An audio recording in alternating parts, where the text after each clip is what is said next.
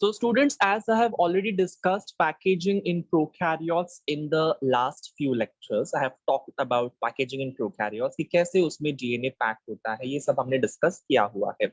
आज हम लोग डिस्कस करने वाले हैं how your eukaryotic DNA is going to get packaged. Okay, before getting into the details of it, I want you all to remember certain magic numbers which I have already spoken about. मैं magic numbers को remember करने बोलता हूँ. Now students, in the examination don't say there कि it is a magic number. ये magic number मैं तुम लोगों के लिए बोल रहा हूँ. Okay everyone, don't say कि सर ने बोला है magic numbers, तो मैं वहां पे भी क्या लिखूंगा, magic numbers लिख के आऊंगा कि magic numbers 2 nanometers, magic number 11 nanometers. It is not a magic number. It is for your understanding. मैं magic number इसलिए बोल रहा हूँ because ये आपको remember करना है. Is that clear? Don't type yes, no, whatever in the chat box. Is that clear everyone? Just say now yes. जब मैं सिखाता रहता हूं उसके बीच में यस नो टाइप मत करो. जब मैं बोलता हूं यस और नो तब आपको टाइप करना है. Okay, now listen to me.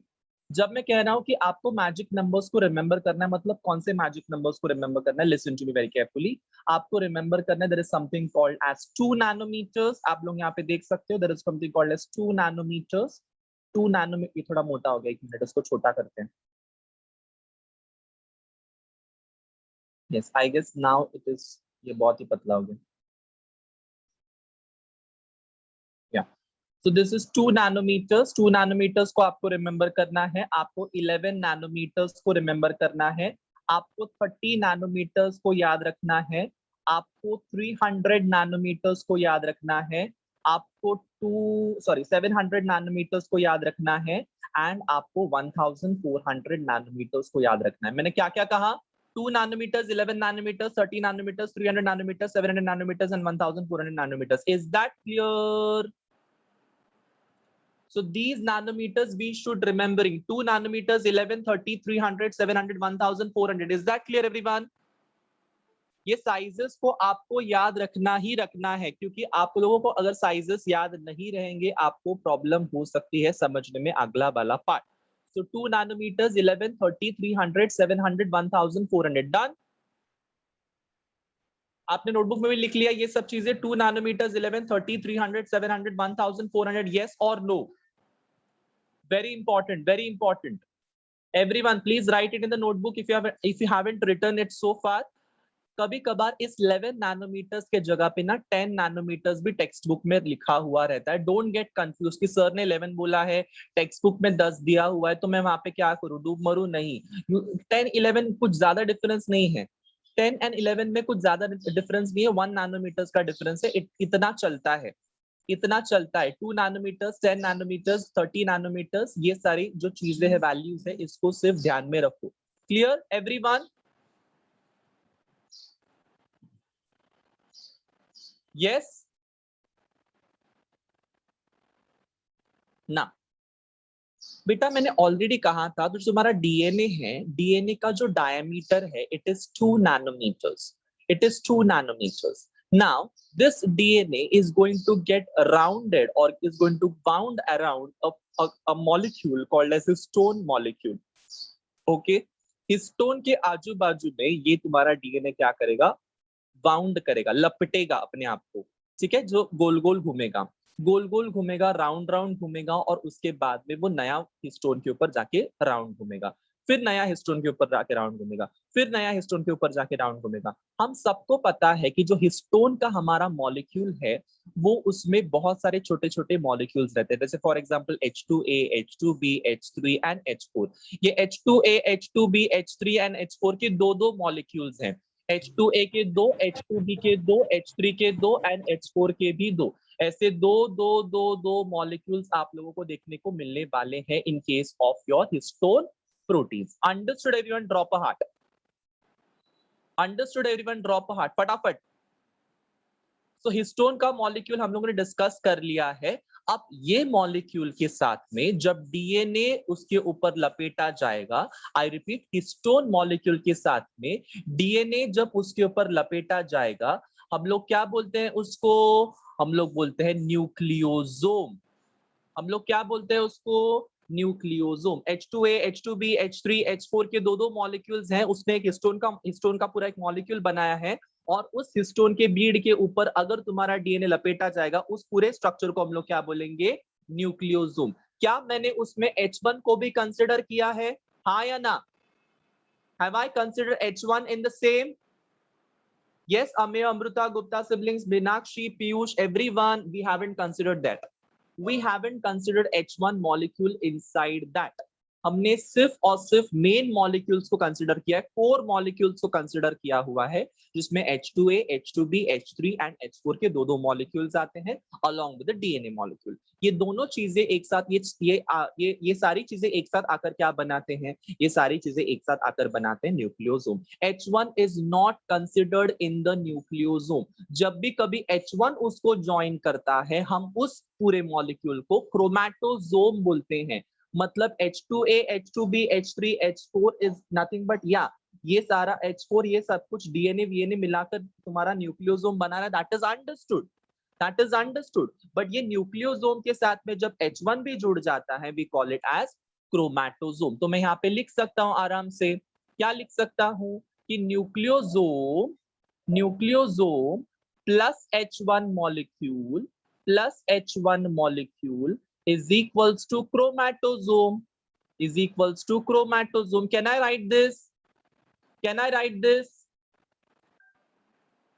Yes, can I write this? Nucleosome plus H1 molecule is equals to chromatosome. Yes, you can also write this on your notebook because it is very important. MCQ में questions पूछे जाते हैं, क्या H1 molecule तुम्हारा nucleosome में included है? The answer is no. Chromatosome के molecule में H1 included है? The answer is yes. क्रोमैटोसोम में होता है, न्यूक्लियोसोम में नहीं होता है H1 मॉलिक्यूल।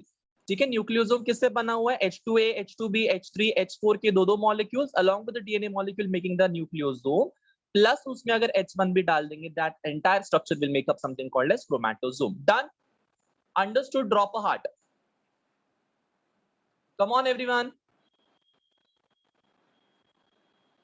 ना, ये एक क्रोमैटोसोम है, ये एक क्रोमैटोसोम है। इसके बीच में तुम्हारा डीएनए जो है वो किसी भी हिस्टोन के मॉलिक्यूल के साथ में जुड़ा हुआ नहीं है। ध्यान से सुनो मैं क्या बोल रहा हूं।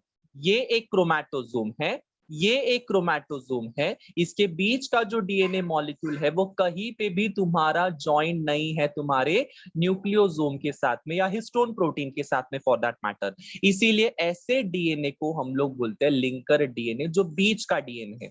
ठीक है, दो न्यूक्लियोसोम या दो क्रोमैटोसोम के बीच में जो डीएनए पाया जाता है वो किसी हिस्टोन प्रोटीन के साथ में डायरेक्ट कांटेक्ट में नहीं है, और ऐसे डीएनए को हम लोग क्या बोलते हैं? Linker DNA. और ये पूरा का पूरा अरेंजमेंट जो है बच्चों लोग, it appears to be as beaded arrangement. मैंने कहा beaded arrangement, beads on string. देखो ये बीड है, ये बीड है, ये बीड है, ये बीड है, ये बीड है, ये बीड है, ये बीड है। इसके बीच में क्या है? स्ट्रिंग है।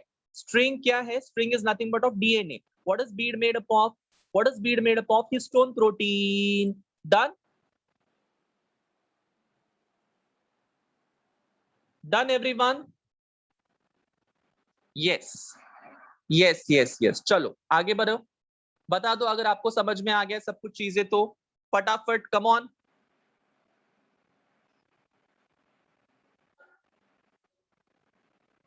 सो मैंने अब तक क्या डिस्कस किया? मैंने डिस्कस किया तुम लोगों के साथ में कि कैसे तुम्हारा क्रोमैटोसोम बनता है, कैसे तुम्हारा न्यूक्लियोसोम बनता है, कैसे तुम्हारा डीएनए उसके ऊपर लपेटा जाता है। यस, कितने टर्न्स लेता है डीएनए तुम्हारे एक न्यूक्लियोसोम के ऊपर? जरा बता दो चैट बॉक्स में। I have discussed this in the last lecture. How many turns? How many turns? Come on, if anybody remembers it, how many turns? Come on everyone.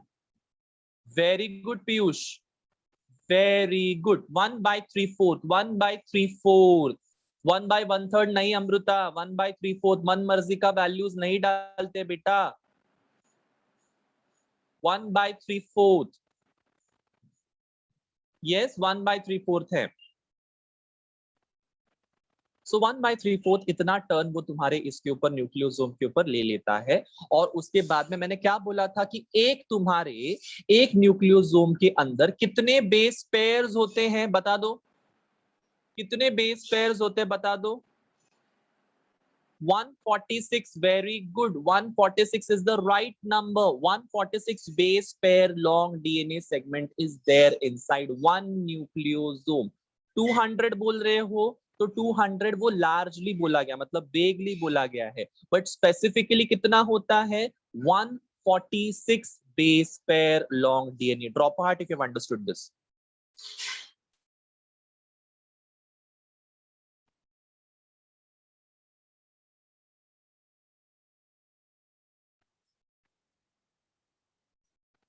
Yes, इसके बाद मैंने एक और एक चीज बताई थी, इसके बाद मैंने एक और एक चीज बताई थी कि ये तुम्हारा न्यूक्लियोसोम है, ये तुम्हारा लिंकर डीएनए है। न्यूक्लियोसोम के साथ में अगर H1 रहेगा तो उसको हम लोग क्रोमैटोसोम बोलते हैं। ये सब कुछ हमने डिस्कस किया।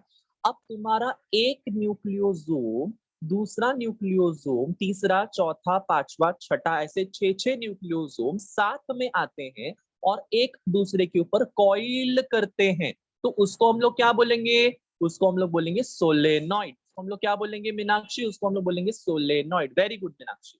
सो सोलेनॉइड बनने वाला है वो।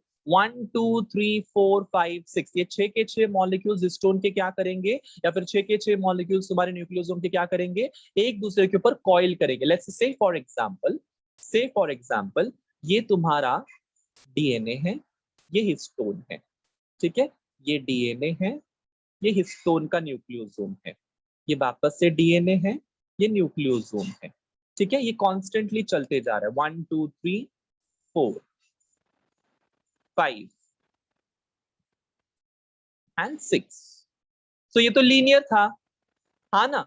ये तो लीनियर था। अब क्या हो जाएगा? ये कॉइल हो जाएगा, ये लपेटेगा अपने आप को, ऐसे कॉइल करेगा, coil coil. Is that clear? So अगर कॉइल हो गया तो ऐसे राउंड शेप में वो आ जाएगा, ऐसे राउंड शेप में आ गया, मतलब कैसे दिखेगा वो? 1 2 3 4 5 and 6। Are you understanding this? मैं क्या बोलना चाहता हूं? स्ट्रेट लाइन से, स्ट्रेट लीनियर मॉलिक्यूल से वो कॉइल्ड मॉलिक्यूल बन गया। जब वो हिस्टोन के मॉलिक्यूल्स अपने आप में, या फिर तुम्हारे न्यूक्लियोसोम के मॉलिक्यूल्स अपने आप में अगर एक दूसरे के ऊपर कॉइल करेंगे, हम लोग उसको क्या बोलेंगे? सोलेनॉइड। और सोलेनॉइड कितने मॉलिक्यूल्स ऑफ न्यूक्लियोसोम से बना हुआ है? 6 molecule, 6 molecules. Understood? Understood everyone? हाँ या ना?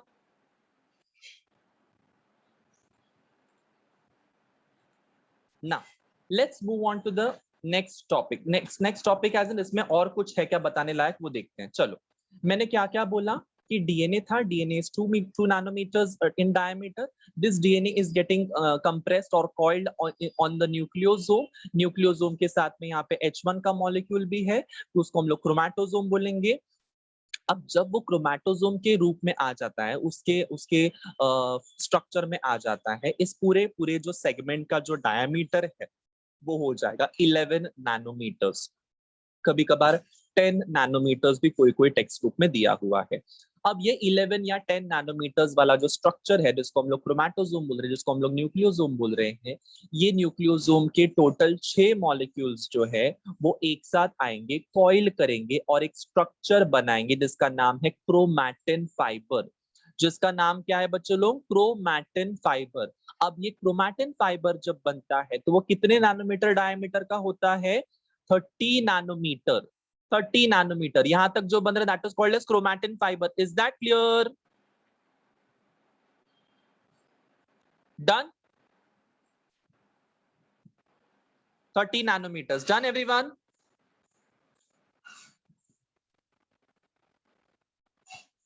अब चुन्नू मुन्नूज, you have already learned about something called as कि जब तुम्हारा डीएनए डिवाइड करने वाला रहता है या फिर सेल डिवाइड करने वाला रहता है, तो जो क्रोमैटिन रेटिकुलम है या क्रोमैटिन जो है वो पहले कंडेंस्ड हो जाएगा। ये सुना है तुम लोगों ने? मेटाफेज स्टेज में condensation is completed. Yes, have you learned about this? Prophase में कंडेंसेशन स्टार्ट होता है, मेटाफेज में कंडेंसेशन कंप्लीट होता है। तुम लोगों ने प्रोफेज, मेटाफेज, एनाफेज, टेलोफेज, ये सारे फेजेस को तुम लोगों ने रीड किया हुआ है, 11th स्टैंडर्ड में लर्न किया है तुम लोगों ने 11th स्टैंडर्ड में। तो मैंने क्या बताया? प्रोफेज में कंडेंसेशन स्टार्ट होता है और मेटाफेज में कंडेंसेशन कंप्लीट हो जाता है। यही सेम चीज यहाँ पे होने वाली है, सेम चीज कि जो तुम्हारा क्रोमैटिन फाइबर था 30 नैनोमीटर वाला, वो अब क्या करेगा, 30 नैनोमीटर वाला क्रोमैटिन फाइबर आगे जाके वो कंडेंसेशन दिखाएगा, और कंडेंसेशन जो दिखाता है क्रोमैटिन फाइबर आगे जाके, वो हिस्टोन प्रोटीन की वजह से नहीं होता है, वो नॉन हिस्टोन प्रोटीन की वजह से होता है।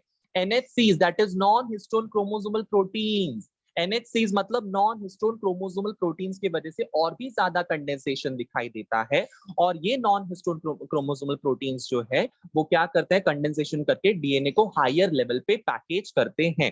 पैकेजिंग ऑफ द डीएनए और packaging of the chromatin at a higher level is done by non histone chromosomal protein. Is that clear? Drop a heart. Is that clear? Drop a heart, everyone. So I'm repeating this entire statement. I'm repeating the entire thing once more, one last time. एक DNA था, DNA का diameter 2 metre था, वो DNA ने तुम्हारे nucleosome के ऊपर लपेटना चालू किया, लूप चालू किया। वो लूपिंग करने की वजह से you can see over here कि H1 मॉलिक्यूल जो है वो H1 मॉलिक्यूल ऐड होते हैं, उसको क्रोमैटोसोम बोला। फिर मैंने क्या बोला कि ये जो क्रोमैटोसोम है या न्यूक्लियोसोम है, इसके बीच में जो DNA that is called as linker DNA, ये टोटल इसका तुम्हारा जो चीज है जिसको हम लोग न्यूक्लियोसोम बोल रहे हैं, उसका डायमीटर कितना होता है, 11 नैनोमीटर्स। 11 नैनोमीटर्स बोलो या 10 नैनोमीटर्स बोलो। उसके बाद में ये जो तुम्हारे न्यूक्लियोसोम्स है उसके 6 मॉलिक्यूल्स अपने आप में कॉइलिंग करते हैं और 30 नैनोमीटर्स का स्ट्रक्चर बना, जिसको हम लोग क्रोमैटिन फाइबर बोलते हैं।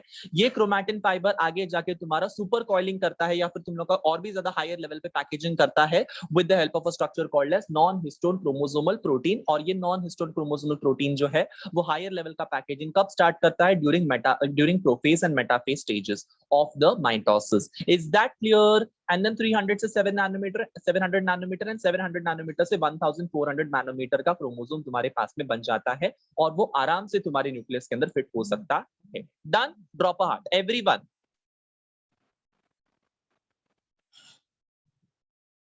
वन शॉट में पूरा का पूरा तुम लोग को मैंने पैकेजिंग इन यूकैरियोट्स और packaging of DNA in eukaryotes समझा दिया है। Any doubts? Any doubts? Any doubts? Come on everyone, any doubts? Fine, आगे बढ़े।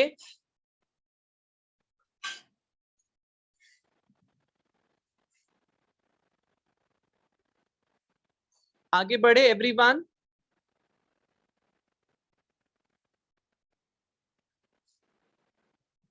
बेटा there is no name for that structure, उसको आगे जाके हम लोग क्रोमैटिन फाइबर ही बोलते हैं। गुप्ता सिबलिंग ने पूछा 300 नैनोमीटर के स्ट्रक्चर को क्या बोलेंगे, आगे जाके वो क्रोमैटिन रेटिकुलम या क्रोमैटिन फाइबर के नाम से ही जाना जाता है। वो पूरा क्रोमैटिन फाइबर है, 30 नैनोमीटर वाला क्रोमैटिन फाइबर, 300 नैनोमीटर वाला क्रोमैटिन फाइबर, 700 नैनोमीटर वाला क्रोमैटिन फाइबर। वो कंडेंसेशन कर करके क्रोमोसोम बनेगा। There is no other name for that. Done? DNA, nucleosome, solenoid, chromatin fibre, यही जर्नी है, और कुछ भी नहीं है उसके अंदर, एक्स्ट्रा नाम कुछ भी नहीं है। Done everyone? अंडरस्टूड?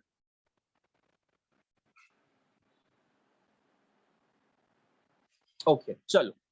इसी के साथ में एक टॉपिक बचा हुआ है, that is called as euchromatin and heterochromatin.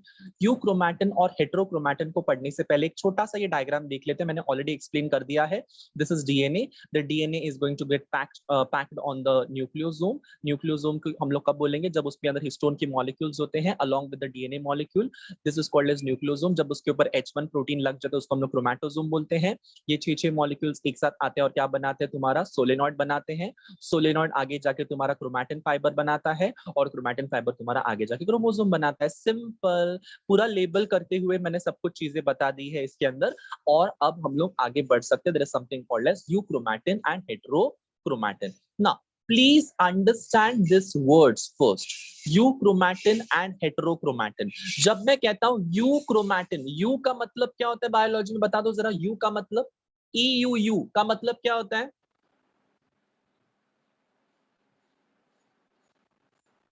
Come on, everyone. What is U? What is U in biology? EUU. Very good, Gupta siblings, Iraja, Amruta, everyone. U का मतलब होता है ट्रू। मीनाक्षी, मैंने बोला U का मतलब EU, U का मतलब क्या होता है? ट्रू। बायोलॉजी में हमने U का मतलब पहले भी सुना हुआ, यूकैरियोटिक सेल, यस, यूसिलोमेट, हमने ऐसे U का नाम पहले भी सुना हुआ है। तो जब जब बायो में EU का मतलब पूछा जाएगा, तब तब बायो में क्या होता है? ट्रू। उसका मतलब क्या होता है? ट्रू। EUU मतलब ट्रू। लिखो लिखो, अभी के अभी सब जन लिखो, जिसने जिसने लिखा हुआ नहीं है। जिसको याद नहीं है, जिसको समझ नहीं रहा है, ई यू यू का मतलब क्या होता है? True, TRUE। समझ में आया? Clear everyone? ना प्लीज अंडरस्टैंड दिस कि यूक्रोमैटिन और हेटेरोक्रोमैटिन में डिफरेंस क्या है। तुम लोग यहाँ पे डायग्राम में क्लियर कट देख सकते हो, क्लियर कट, कि ये जो डायग्राम है यहाँ पे, इसमें यूक्रोमैटिन दिया हुआ है और इसमें हेटेरोक्रोमैटिन दिया हुआ है। कौन सा वाला क्रोमैटिन लूजली पैक्ड है? बता दो जरा चैट बॉक्स में एवरीवन। चलो, कौन सा वाला क्रोमैटिन लूजली पैक्ड है? लूज लूज, सब कुछ लूज है वो। Very good, Amruta, Ameya, Gupta siblings. Tejasvi, answer is wrong, बेटा। लूज क्या, लूज जो होता है वो कैसे दिखता है? मीनाक्षी वेरी गुड, राशि वेरी गुड।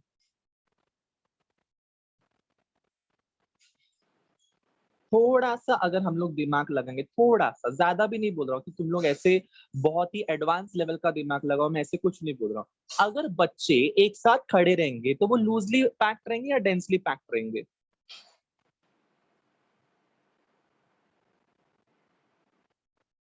एक साथ अगर खड़े हैं सारे के सारे बच्चे तो वो लूजली पैक्ड है या डेंसली पैक्ड है?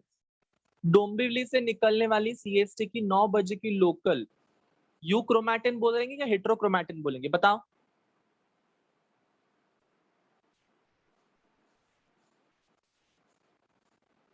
Yes everyone.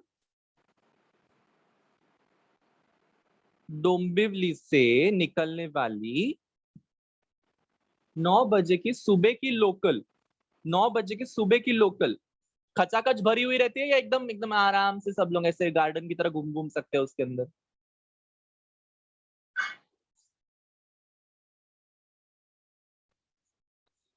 बेटा खचाखच तो पैक होती है ना।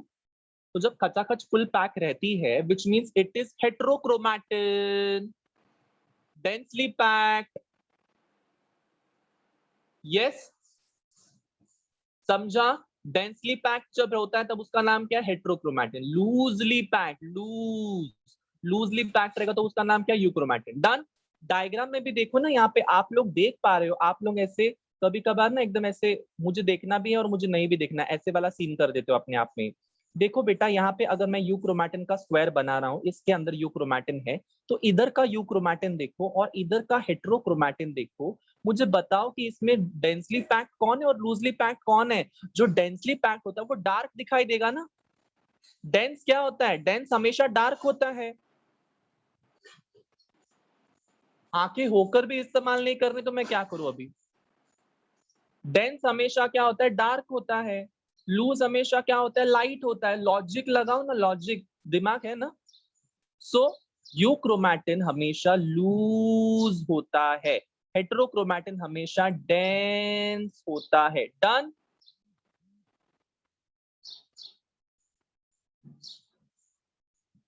बेटा अगर तुम्हारा बेंच के ऊपर बहुत सारे लोग खचाखच भरे हुए, लेट्स से फॉर एग्जांपल एक बेंच है जिसके ऊपर आप लोग बैठते हो और वो 3 लोगों के लिए बेंच है, बट उसके ऊपर 4 लोग ऑलरेडी बैठ रहे हैं, तो पांचवा उसके ऊपर आके बैठ सकता है क्या?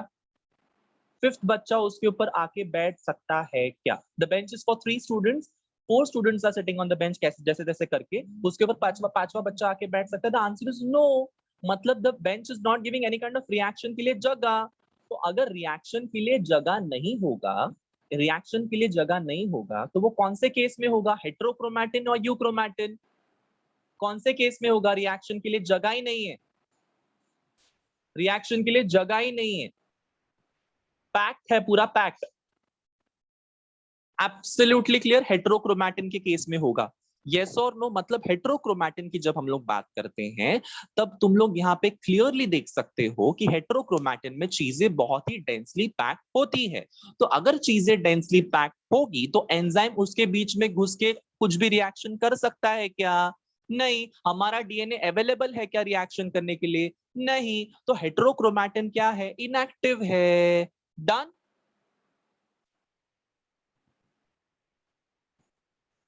Done everyone, understood.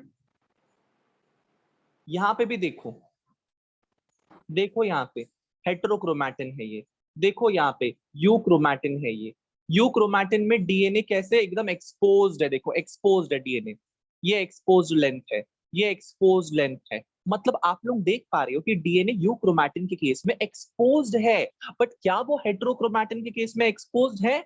Answer is no. इतना चिपक चिपक के हिस्टोन प्रोटीन है कि जगह ही नहीं है डीएनए को एक्सपोजर देने में। तो अगर डीएनए एक्सपोज नहीं है तो वहां पे रिएक्शन भी नहीं होगा।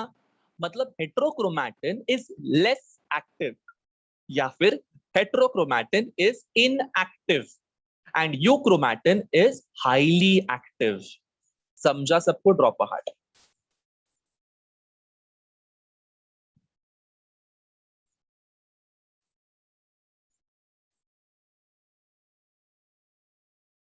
समझा है सबको? Drop a heart everyone. ना बेटा, मैंने अभी थोड़ी देर पहले बोला कि यूक्रोमैटिन और हेटेरोक्रोमैटिन होता है।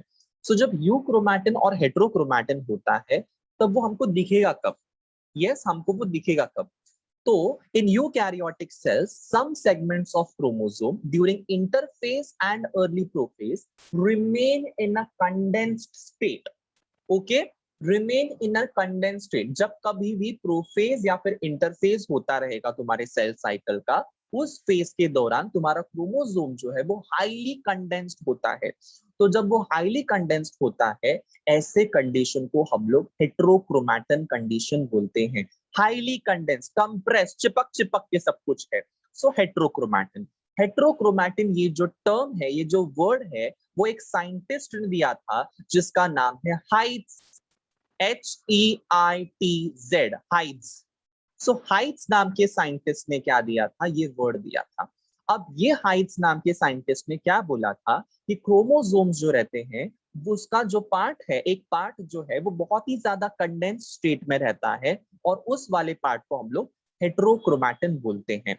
ये हेटेरोक्रोमैटिन जो है ये जेनेटिकली इनएक्टिव होता है।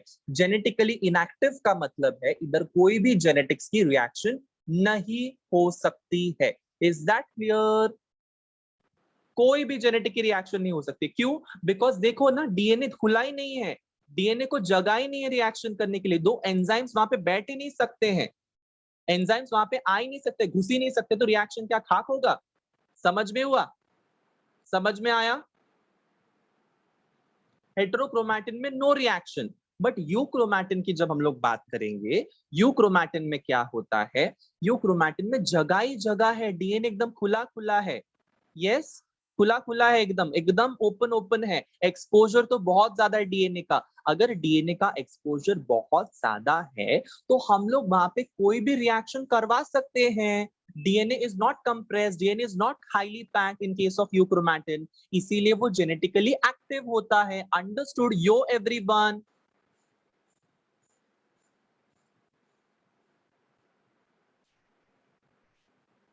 उधर ट्रांसक्रिप्शन भी हो सकता है, उधर रेप्लिकेशन भी हो सकता है, कुछ भी, कोई भी रिएक्शन अगर करवानी है तो यूक्रोमैटिन वाले एरिया में होगी, हेटेरोक्रोमैटिन वाले एरिया में नहीं होगी। Heterochromatin is highly packed, highly condensed, no space is available for the reaction. Done everyone?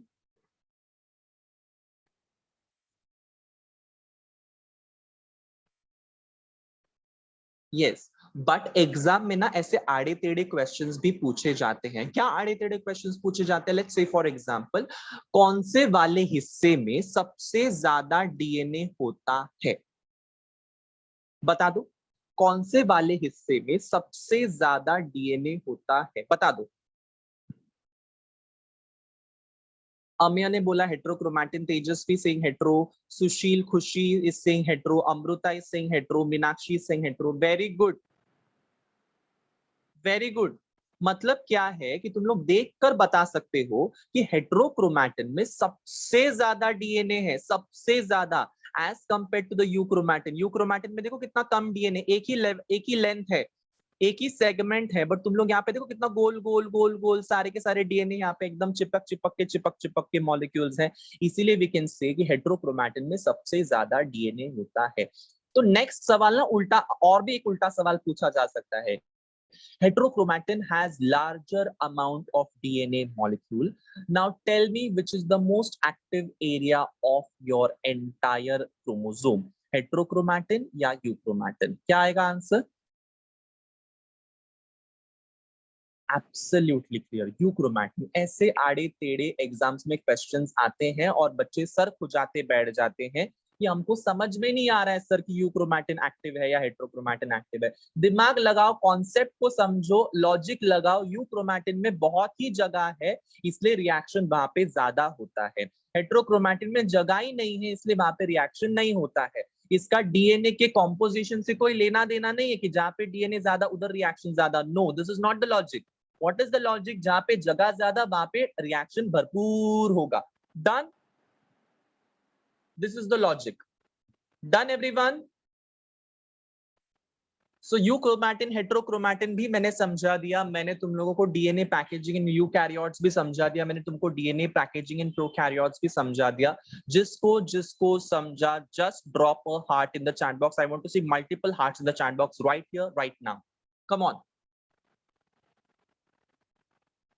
Come on, crystal clear everyone? चलो बता दो, drop a heart.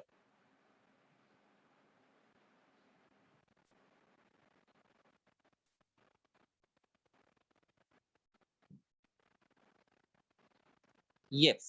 Now, Chunno Munnus, now we have to talk about a very important topic of today's lecture, या फिर हमारा पूरे chapter में ये एक important topic है। इसके ऊपर कहीं ना कहीं कभी ना कभी आपको क्वेश्चन पूछा जाएगा, चाहे वो मेडिकल एंट्रेंस की क्यों ना एग्जाम हो, चाहे वो तुम्हारी बोर्ड्स की एग्जाम क्यों ना हो, आप लोगों को इसके ऊपर से एक क्वेश्चन तो पूछा जाएगा। और वो टॉपिक का नाम है DNA replication in eukaryotes. Okay, DNA replication in eukaryotes. Please listen to me very carefully because ये वाला जो तुम्हारा टॉपिक है ये बहुत ज्यादा इंपॉर्टेंट है, बहुत ज्यादा। ठीक है, DNA replication in eukaryotes को समझने से पहले जरा सा ये डायग्राम को समझते हैं। ओके, ये डायग्राम को थोड़ा सा समझते हैं। मैं अभी के अभी तुम लोग को पूरा का पूरा चीज, पूरा रेप्लिकेशन सिखाकर खत्म नहीं करने वाला। यस, पूरा का पूरा रेप्लिकेशन सिखाकर मैं खत्म नहीं करने वाला हूं, but look at this diagram first. Okay, look at this diagram.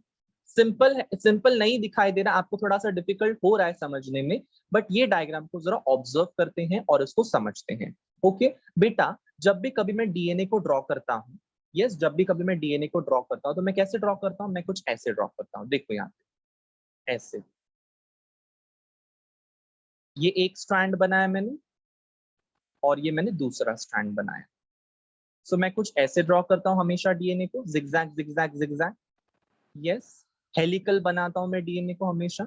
सो बेटा, जब मैं हेलिकल बना रहा हूं डीएनए को, सो उस हेलिकल डीएनए को मैं इसके बीच से ऐसे ये भी बना सकता हूं। देखो, अगर मैं इसको ऐसे बनाना तो मैं ऐसे भी बना सकता हूं उस डीएनए को। देखो, ये एक स्ट्रैंड हो गया, ये एक स्ट्रैंड हो गया, ये स्ट्रैंड सीधा सीधा सीधा सीधा जा रहा है और उस स्ट्रैंड को मैंने खोल दिया यहां से। ऐसा भी तो बना सकता हूं।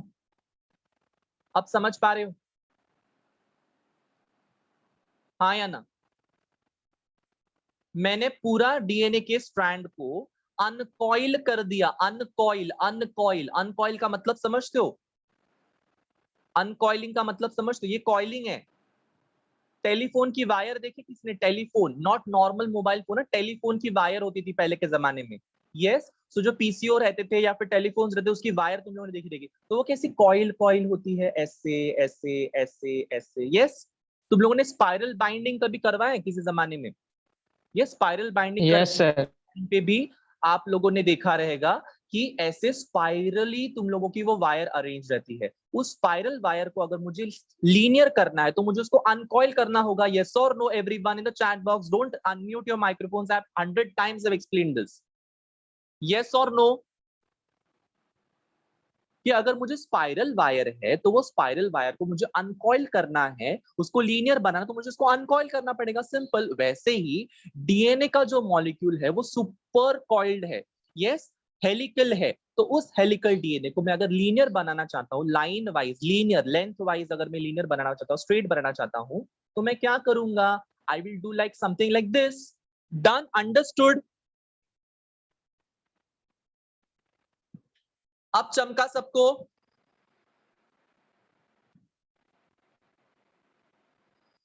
ना, एक एक चीज इंपॉर्टेंट है, ये समझने से पहले हम लोग ना आपको मैं आपको एक चीज समझाना चाहता हूं। तुम लोगों ने कभी ये सुना है, एक मिनट पीछे के डायग्राम्स दिखाता हूं मैं आप लोगों को, फिर सब आपको याद आ जाएगा। तुम लोगों ने कभी ये सुना है कि, एक मिनट किधर गया वो, हाँ ये,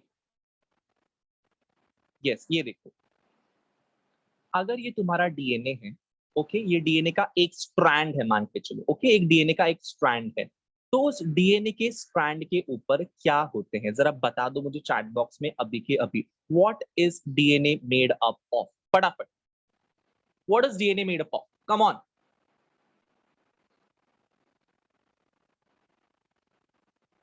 yes Sushil, very good, nucleotide से बना हुआ रहता है, वेरी गुड, न्यूक्लियोटाइड। सुशील, खुशी, राशि, एवरीवन इज सेइंग न्यूक्लियोटाइड। बेटा न्यूक्लियोटाइड का जब हम डिस्कशन करते हैं तो न्यूक्लियोटाइड में कौन से तीन चीजें आती हैं बता दो? न्यूक्लियोटाइड में कौन से तीन चीजें आती है बता दो?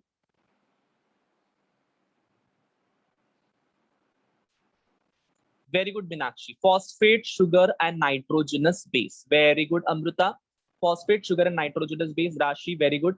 सो मतलब तुम लोगों को इसका बेसिक स्ट्रक्चर के बारे में एक जानकारी है। यस, एक बेसिक स्ट्रक्चर के बारे में जानकारी है। Now let's try and understand कि मैं क्या बोलना चाहता हूं। Let's try and understand.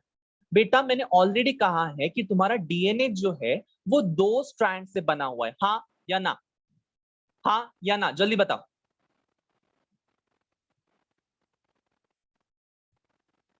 Yes, हाँ या ना, जल्दी बताओ। यस, मैं डीएनए को ऐसे ऐसे ऐसे ना बनाते हुए मैं कैसे बना रहा हूं, देखो अभी तुम लोग ध्यान से देखो, एकदम सीढ़ी की तरह बना रहा हूं, एकदम सीढ़ी की तरह, लैडर की तरह। अंडरस्टैंड इट, मैं एक लैडर की तरह बना रहा हूं। इसका एक स्ट्रैंड इधर दिखा रहा हूं और एक स्ट्रैंड में इधर दिखा रहा हूं। ऐसा बना सकता हूं मैं डीएनए को लीनियर बनाने के लिए? हाँ या ना? हाँ या ना? इन द चैट बॉक्स यस, हम लोग बना सकते हैं।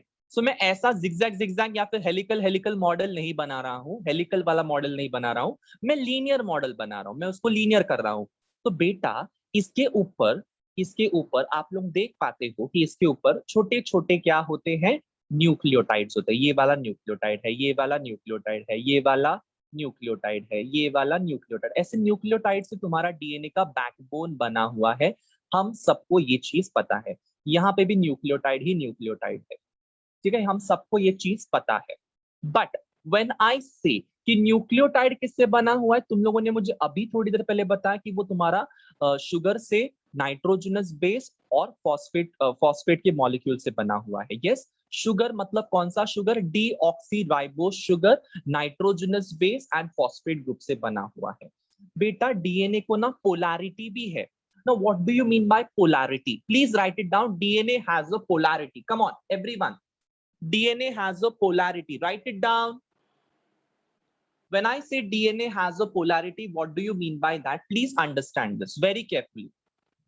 जब मैं कभी जब मैं कभी तुम लोगों का ये बनाता हूँ, क्या बोलते हैं, न्यूक्लियोटाइड बनाता हूँ, तो न्यूक्लियोटाइड को बनाते टाइम पे मैं कैसे बनाता हूँ कि जो तुम्हारा फर्स्ट कार्बन है, फर्स्ट कार्बन, उसके ऊपर मैं क्या अटैच करवाता हूँ? क्या अटैच करवाता हूं मैं उसके ऊपर? फर्स्ट कार्बन के ऊपर एवरीवन क्या अटैच करवाता हूं? Nitrogenous base, very good very good very good, nitrogenous base, nitrogenous base, yes और नो? फिफ्थ कार्बन है, उसके ऊपर मैं क्या अटैच करवाता हूं तुम्हारे डीऑक्सीराइबोस शुगर के ऊपर? What do I attach? yes, I attach phosphate group. So having said that, please understand this thing very carefully. यहाँ पे जब मैं तुम लोग को बोल रहा हूं, देखो, अगर ये तुम्हारा नाइट्रोजनस, सॉरी, ये तुम्हारा क्या बोलते हैं, डीऑक्सीराइबोस शुगर है, इसके पहले कार्बन के ऊपर मैंने क्या अटैच किया हुआ है? इसके पहले कार्बन के ऊपर मैंने अटैच किया हुआ है तुम्हारा नाइट्रोजनस बेस, और इसके पांचवें कार्बन के ऊपर मैंने क्या अटैच किया हुआ है? इसके पांचवें कार्बन पे मैंने अटैच किया हुआ है तुम्हारा फॉस्फेट ग्रुप। तो ये वाला 5 प्राइम, मतलब इस कार्बन को ना हम लोग जब लेबल भी करते हैं ना, तब कैसे लेबल करते हैं पता है? 1 prime, 2 prime, 3 prime, 4 prime and 5 prime, ऐसे लेबल करते हैं हम लोग इसको।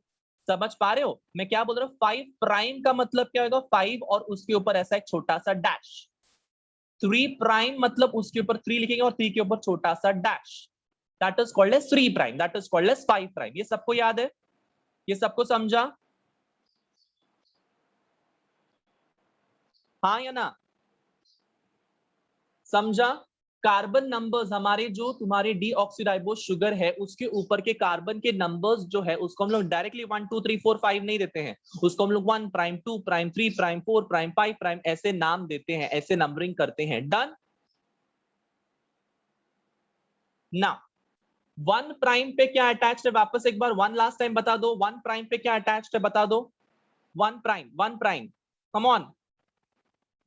1 प्राइम पे अटैच्ड है बच्चे लोग nitrogenous base. What is attached on the 5 prime? Come on everyone, what is attached on the 5 prime? 1 last time phosphate group, 1 last time बोलो फॉस्फेट ग्रुप, 5 प्राइम पे फॉस्फेट ग्रुप अटैच्ड है।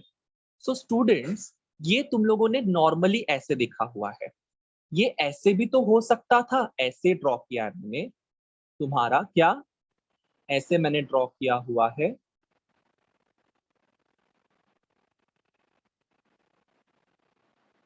ये मैं क्या ड्रॉ कर रहा हूं? What I am drawing?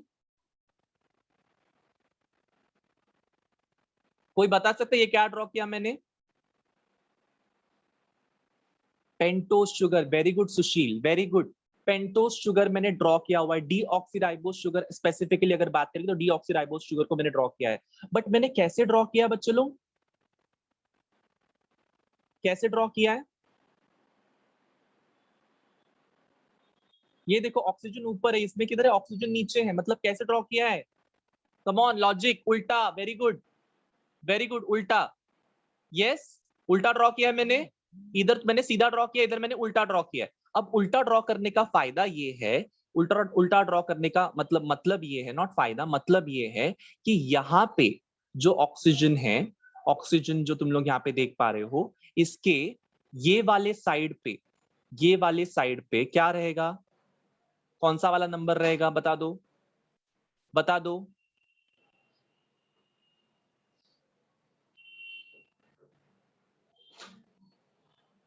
Yes 1। ये वाले साइड पे क्या रहेगा? 2 प्राइम। ये वाले साइड पे क्या रहेगा? 3 प्राइम। ये वाले साइड पे क्या रहेगा? 4 प्राइम एंड 5 प्राइम। समझ में आया? हाँ या ना? मतलब जब भी कभी मैं उल्टा ड्रॉ करता हूं, उसकी नंबरिंग भी तो चेंज हो जाती है, उसकी नंबरिंग भी तो चेंज हो जाती है, हाँ या ना? नंबरिंग करने का जो मैकेनिज्म है, नंबरिंग करने का जो प्रोसेस है, जो जो चीज है, वो भी चेंज हो जाती है। मतलब एग्जैक्टली मुझे बोलना क्या है, तुम्हारा एक डीएनए का जो लेंथ है या फिर एक डीएनए का जो मॉलिक्यूल्स हैं वो सीधे हैं, और एक डीएनए के एक डीएनए, नॉट एक डीएनए का मॉलिक्यूल, एक डीएनए का स्ट्रैंड जो है वो सीधा है और दूसरे डीएनए का स्ट्रैंड उल्टा है, उल्टा। मतलब ये कैसे है? ये पैरेलल जरूर है, बट कैसे पैरेलल है? ये लोग एंटी पैरेलल है। समझ में आया?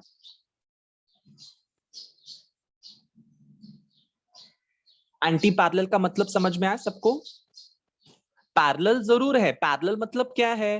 पैरेलल मतलब सीधा सीधा जाते हैं, बट कैसे है वो लोग? एंटी पैरेलल है। Yes, anti parallel. Anti parallel का मतलब क्या? उसकी पोलैरिटी अलग अलग है। पोलैरिटी अलग अलग है मतलब क्या है कि एक तुम्हारा क्या बोल सकते हैं कि तुम्हारा जो जो स्ट्रैंड है वो सीधा सीधा बनाया गया है, और एक स्ट्रैंड उसका एग्जैक्टली उल्टा बनाया गया है। Done?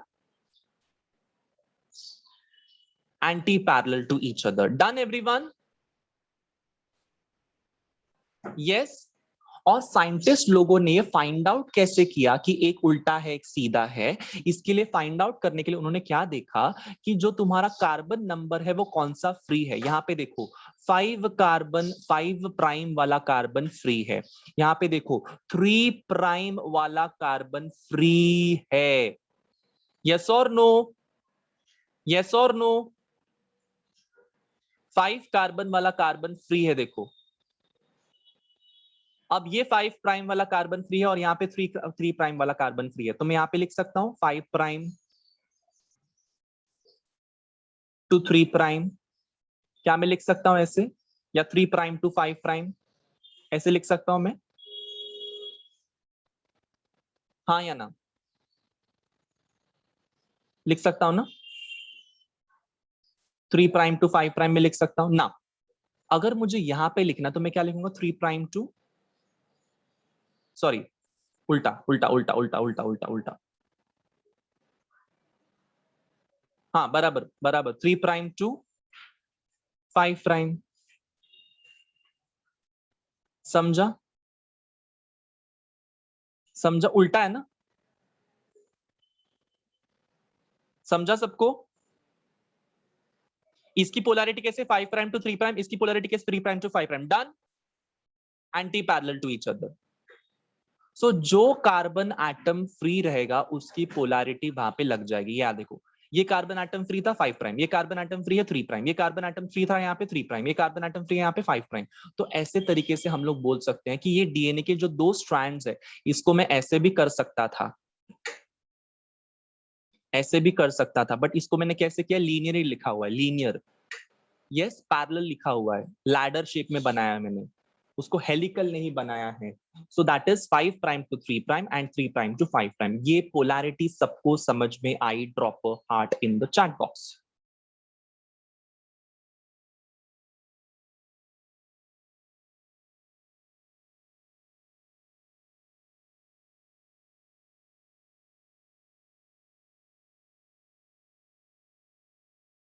Drop a heart in the chat box everyone.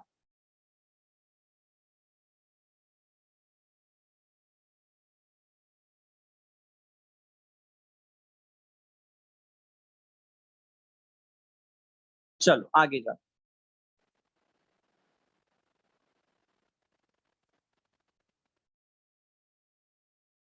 Yes, अब तुम देखो, अब तुमको यहाँ पे चीजें बहुत अच्छी से समझ में आ जाएगी।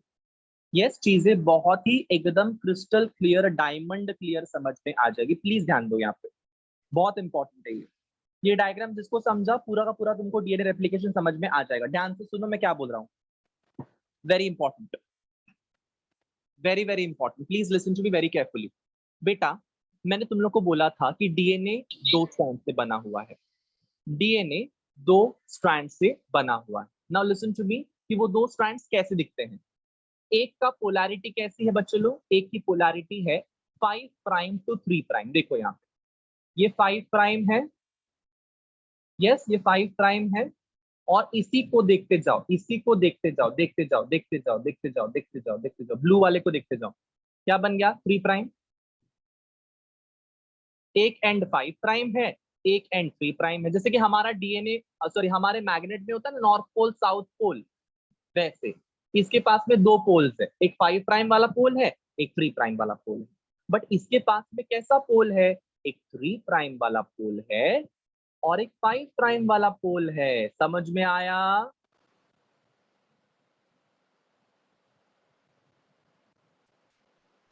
समझ में आया? Which means what? The DNA is anti-parallel. Please write this down. The DNA is anti-parallel. What do you mean by that? 5 prime to 3 prime एक strand है, दूसरा strand क्या है? 3 prime to 5 prime. समझा?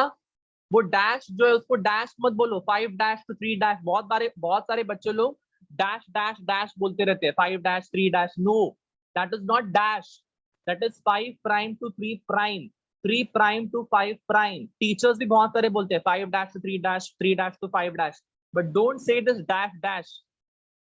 गलत प्रोनाउंसिएशन है, गलत टर्मिनोलॉजीज बोल रहे हो आप लोग। 5 prime to 3 prime is the right number and right name. Done everyone?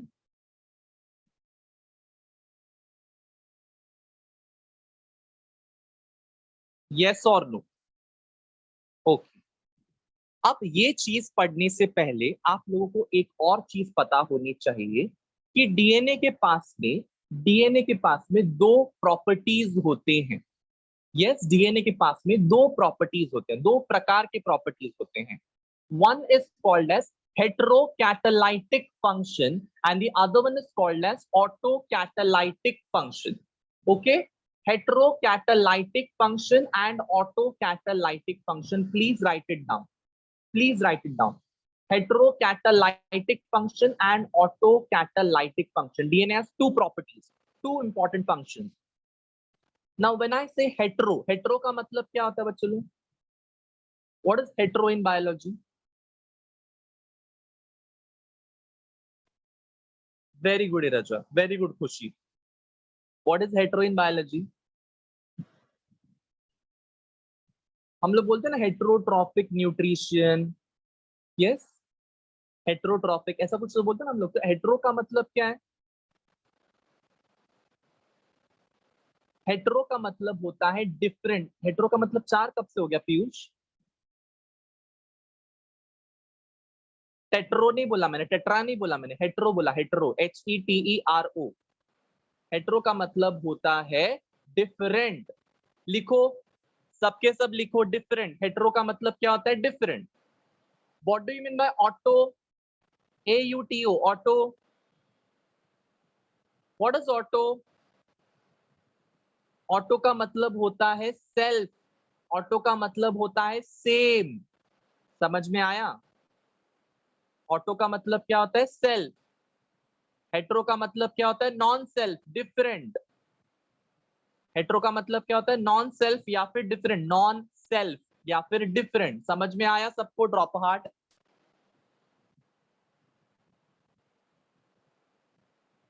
Drop heart everyone. Hetero मतलब नॉन सेल्फ या फिर डिफरेंट. ऑटो मतलब सेल्फ या फिर सेम. Drop heart. यस. सो बेटा मैंने वर्ड्स का इस्तेमाल क्या किया? हेट्रोकैटालाइटिक फंक्शन एंड ऑटोकैटालाइटिक फंक्शन. यस. सो मैं जब कहता हूं हेट्रोकैटालाइटिक फंक्शन, तो तुम लोगों ने कभी ये सुना है कि डीएनए से आरएनए बना? कभी सुना है ये वर्ड? डीएनए से आरएनए बना. What is that process called as? Come on everyone, what is that process called as? DNA is going to form the RNA. What is that process? Very good. That process is called as transcription. That process is called as transcription. Sushil, Kushi, Harshita, Piyush, everyone, very good. That process is called as transcription. Transcription is the process जिससे क्या बनेगा? DNA से RNA बनेगा. क्या तुमने ये सुना है कि डीएनए से प्रोटीन बनता है? डायरेक्टली नहीं. यार, डीएनए से आरएनए बनेगा, आरएनए से प्रोटीन बनेगा. तो क्या तुम लोगों ने ये सुना है कि डीएनए से प्रोटीन बना है? नो कैसे बेटा? नो कैसे? डीएनए से तो प्रोटीन बनेगा, बिकॉज डीएनए से जब आरएनए बनेगा तब आरएनए प्रोटीन बनाएगा ना. हाँ या ना? मतलब अल्टीमेटली बना किससे है? अल्टीमेटली डीएनए से तो बना है. समझा? समझा क्या? मुझे बोलना क्या है?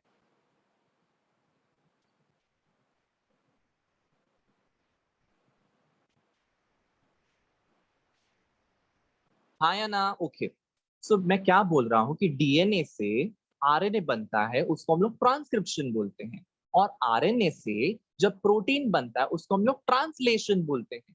बट हमने यही सुना हुआ है इसका मतलब कि DNA is the whole and sole responsible. DNA था तब आरएनए बना, आरएनए की वजह से प्रोटीन बना. मतलब अल्टीमेटली प्रोटीन भी किसने बनाया? डीएनए ने बनाया. क्या डीएनए, आरएनए और प्रोटीन ये तीनों सेम मॉलिक्यूल्स हैं? Same molecules. डीएनए भी सेम, आरएनए भी सेम, प्रोटीन भी सेम. अगर सेम होते तो मैं उनको अलग अलग नाम ही नहीं देता ना. अगर सेम होते तो मैं उनको अलग अलग नाम नहीं देता. डीएनए, आरएनए, प्रोटीन इतने अलग अलग मॉलिक्यूल्स हैं. तो अगर एक मॉलिक्यूल से इतने अलग अलग मॉलिक्यूल्स बनते हैं तो उस प्रॉपर्टी को या फिर उस फंक्शन को हम लोग कौन सा फंक्शन बोलते हैं? हेट्रोकैटालाइटिक फंक्शन. चमका?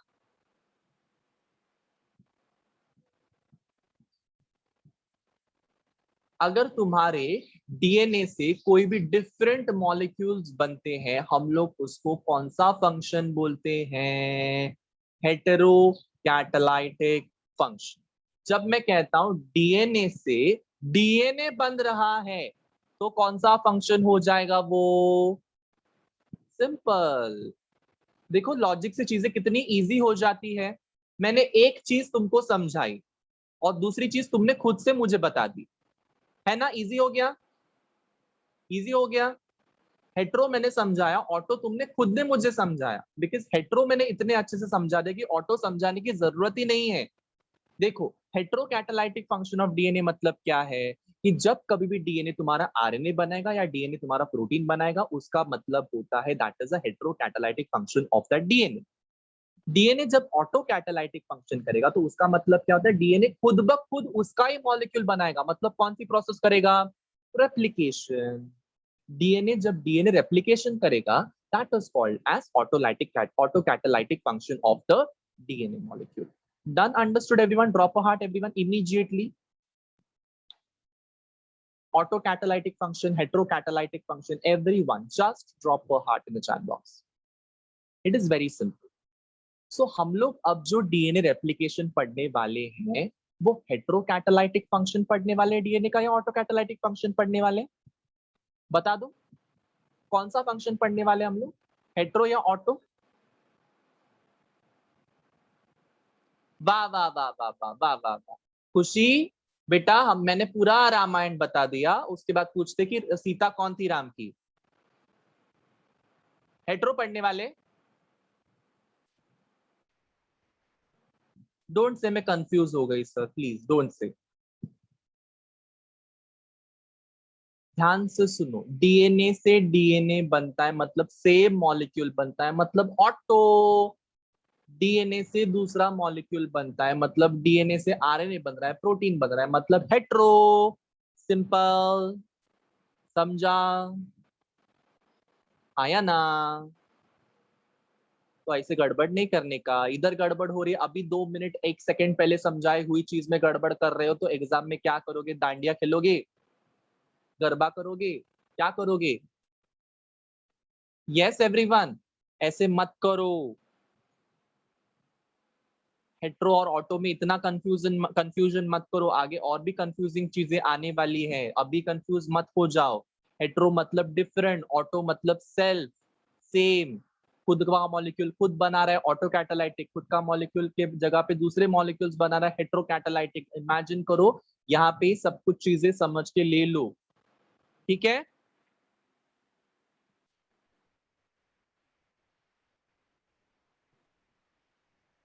ना कोई मुझे बता सकता है, यस कोई मुझे बता सकता है कि कभी भी सेल जब डिवाइड होता है, divide, okay, let's say for example, okay let's say for example मैं तुम लोग को यहाँ पे एक चीज बता रहा हूँ, ओके? ये सेल था, ये सेल के अंदर 46 नंबर ऑफ क्रोमोसोम्स है, ओके? 46 नंबर ऑफ क्रोमोसोम्स है। तो कोई मुझे बता सकता है कि ये 46 नंबर ऑफ क्रोमोसोम जब बनेंगे, दूसरे सेल्स में जब जाएंगे, जब उसके डॉटर सेल्स में जब जाएंगे, तब यहाँ पे भी 46 और यहाँ पे भी 46 कैसे गए?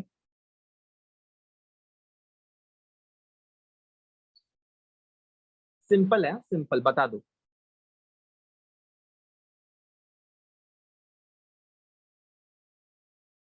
यस, कैसे जाएंगे? बेटा सिंपल क्वेश्चन पूछा है मैंने, उसको डायरेक्ट आंसर मत करो। माइटोसिस, माइटोसिस हम सबको पता है कि माइटोसिस के प्रोसेस से होगा, no doubt in it. But let's say for example, अगर मेरे पास में 10 किटकैट के चॉकलेट है और मेरे सामने इरजा भी आई और सुशील भी आया, ये दोनों बच्चे आए और मुझे उन दोनों को 10-10 चॉकलेट देने, बट मेरे हाथ में 10 ही चॉकलेट है, तो मैं क्या करूंगा? कैसे दूंगा दोनों को 10-10 चॉकलेट? पॉसिबल है? पॉसिबल है? नहीं। फिर डीएनए के केस में कैसे पॉसिबल होगा? क्रोमोसोम के केस में कैसे पॉसिबल होगा? बताओ कैसे पॉसिबल होगा?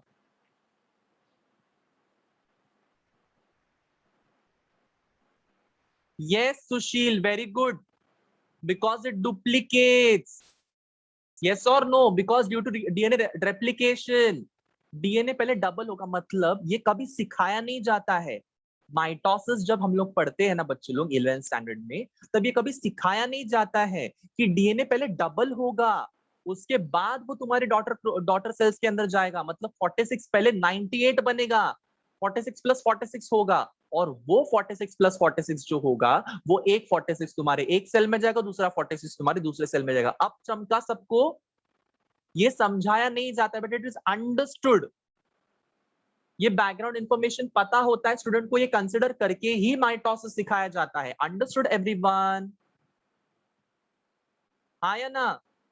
ये कभी सिखाया नहीं जाता है। सो 46 क्रोमोसोम जो तुम लोग को दिखाई दे रहे हैं, ये 46 क्रोमोसोम पहले डबल हो जाएंगे और डबल होकर फिर एक क्रोमोसोम का सेट इधर जाएगा, एक क्रोमोसोम का सेट इधर जाएगा, ऐसे करके हुए इक्वेशनल डिवीजन होगा, माइटोसिस होगा। मियोसिस में तो इजी हो जाएगा ना। मियोसिस में क्या होता है, 46 रहता है, यस, और यहाँ पे जब उसका स्पर्म का एक सेल बनेगा तो इधर 23 जाएगा, हाफ, और इधर कितना जाएगा, 23 जाएगा, हाफ। तो मैं अगर इरजा और सुशील को वापस से खड़ा करता हूं और उनको चॉकलेट देने वाला हूं, तो 5 चॉकलेट में इरजा को दूंगा और 5 चॉकलेट में सुशील को दूंगा, हाँ या ना? वो पॉसिबल है। बट मेरे हाथ में, खुद के हाथ में 10 चॉकलेट है और दोनों को भी मुझे 10-10 अगर देने हैं तो वो डिफिकल्ट सिचुएशन है ना।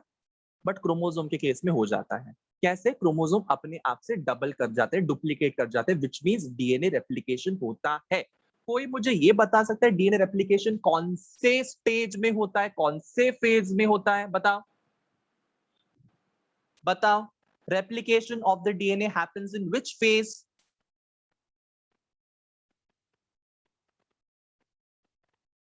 क्या बात है सुशील, एकदम एकदम पूरी तरीके से पढ़ के आए हो, वेरी गुड।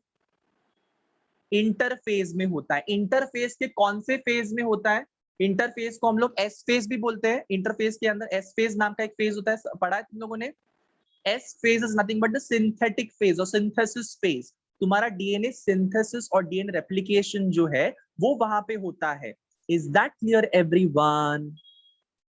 सो एस फेज में डीएनए का सिंथेसिस होगा, डीएनए का रेप्लिकेशन होगा, और फिर जाके वो तुम्हारा माइटोसिस करेगा। Done? Everyone understood? Please mitosis को, मियोसिस को अच्छे से पढ़ के आओ, बिकॉज उसका लॉजिक यहाँ पे लगने वाला है, उसका कॉन्सेप्ट्स यहाँ पे इस्तेमाल होने वाले हैं। इसीलिए मैंने चिल्ला चिल्ला के लास्ट ईयर बोला था कि 11th स्टैंडर्ड में mitosis meiosis is important concept, because उसका बहुत सारा कॉन्सेप्ट हम लोग 12th स्टैंडर्ड में यूज करने वाले हैं। यस, चलो, तो मैंने क्या बोला कि माइटोसिस के अंदर जब तुम देखते हो तो एस फेज में, S phase of the cell cycle पे क्या होता है, डीएनए का रेप्लिकेशन होता है। एस फेज ऑफ इंटरफेज में क्या होता है, डीएनए का रेप्लिकेशन होता है। और रेप्लिकेशन जो हो रहा है ना, वो semi conservative mode of DNA replication हो रहा है। अब तुम लोग बोलोगे कि sir semi conservative mode of DNA replication मतलब क्या है? मतलब तो कुछ तो बनेगा ना, semi conservative mode of DNA replication या सेमी कॉन्जर्वेटिव डीएनए रेप्लिकेशन, इसका मतलब क्या होता है? सो बेटा आप लोग यहाँ पे देख रहे हो, ध्यान से देखो मैं जो बोल रहा हूँ, बहुत इंपॉर्टेंट है, ये बहुत ज्यादा इंपॉर्टेंट है। ये ब्लू कलर का आप लोग स्ट्रैंड देख रहे हो, ये ब्लू कलर का स्ट्रैंड, ये ब्लू कलर का स्ट्रैंड आप लोग देख रहे हो, हाँ या ना? देख रहे हो? ये ब्लू कलर का स्ट्रैंड इसका कंटिन्यूएशन है और ये ब्लू कलर का स्ट्रैंड इसका कंटिन्यूएशन है। तो बेटा जो ब्लू कलर का स्ट्रैंड है ना, वो पुराना स्ट्रैंड है। वो कैसा स्ट्रैंड है? पुराना स्ट्रैंड है, और उसके ऊपर नया स्ट्रैंड बनेगा। मतलब कितने स्ट्रैंड बनेंगे बच्चों लोग? रेड वाला स्ट्रैंड दिख रहा है आप लोगों को यहाँ पे, रेड वाला स्ट्रैंड, और यहाँ पे भी आप लोग देख रहे हो रेड वाला स्ट्रैंड। यस और नो? यस और नो? मतलब डीएनए रेप्लिकेशन जब कंप्लीट हो जाएगा तो उस रेप्लिकेटेड डीएनए के अंदर एक पुराना स्ट्रैंड होगा और एक नया स्ट्रैंड होगा। एक पुराना स्ट्रैंड होगा और एक नया स्ट्रैंड होगा। मतलब जो दो मॉलिक्यूल्स बनेंगे, दो मॉलिक्यूल्स, एक डीएनए रेप्लिकेशन के बाद में दो मॉलिक्यूल्स बनेंगे। तो एक डीएनए रेप्लिकेशन के बाद में जो दो मॉलिक्यूल्स बने हैं उसमें से एक पुराना स्ट्रैंड होगा, ठीक है, और एक नया स्ट्रैंड उसके साथ में होगा। समझा?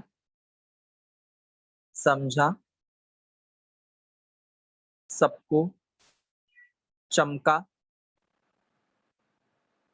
डीएनए रेप्लिकेशन सीख रहे हैं हम लोग। डीएनए रेप्लिकेशन के टाइम पे एक स्ट्रैंड जो बनेगा दैट इज न्यू स्ट्रैंड, और वो न्यू स्ट्रैंड किस पे बनेगा? पुराने स्ट्रैंड के ऊपर बनेगा। देखो बच्चों लोग यहाँ पे ध्यान से देखो, ब्लू कलर का स्ट्रैंड जो है दैट इज पुराना स्ट्रैंड, उस पुराने स्ट्रैंड के ऊपर नया स्ट्रैंड सिंथेसाइज हो रहा है, तो बन गया है नया डीएनए। ये बन गया क्या नहीं नया डीएनए? नया डीएनए का मॉलिक्यूल, उस नए डीएनए के मॉलिक्यूल में एक पुराना स्ट्रैंड है और एक नया स्ट्रैंड है। Understood everyone? इमेजिन कर रहे हो सब लोग अच्छे से? यस। जो नया डीएनए का मॉलिक्यूल बनता है, हमेशा नया डीएनए के मॉलिक्यूल के अंदर एक पुराना स्ट्रैंड होता है और एक नया स्ट्रैंड होता है। सो बेटा आप लोगों ने कभी ये नाम सुना है कि बहुत कंजर्वेटिव सोसाइटी है? कंजर्वेटिव सोसाइटी का मतलब क्या? पुराने विचारों के साथ में चलने वाली सोसाइटी है। यस और नो? कभी सुना है आप लोगों ने ये वर्ड कि पुराने पुराने ख्यालात है इस सोसाइटी के अंदर? मतलब पुराने जमाने की सोच है, सोच विचार है। मतलब औरतें काम पे नहीं जाएंगी, औरतें घर में बैठ के चूल्हा चौखा करेंगी, घर में बच्चों का देखभाल करेंगी, कोई कोई घर की जो जो रेखा है उसको लांग कर बाहर नहीं जाएंगी। ये तो पुरानी सोच है ना? यस, ये पुरानी सोच है, मतलब कॉन्जर्वेटिव सोच है। यस, कॉन्जर्वेटिव सोच है। तो ये कॉन्जर्वेटिव सोच कौन से पीढ़ी में दिखाई दे रही है? अभी के पीढ़ी में दिखाई दे रही है। मतलब पुरानी सोच नए जनरेशन में दिखाई दे रही है। मतलब जो नया डीएनए का मॉलिक्यूल बनता है उसके अंदर पुराना डीएनए का मॉलिक्यूल भी होता है, इसीलिए उसको सेमी बोला है, semi conservative DNA replication. Understood? चमका?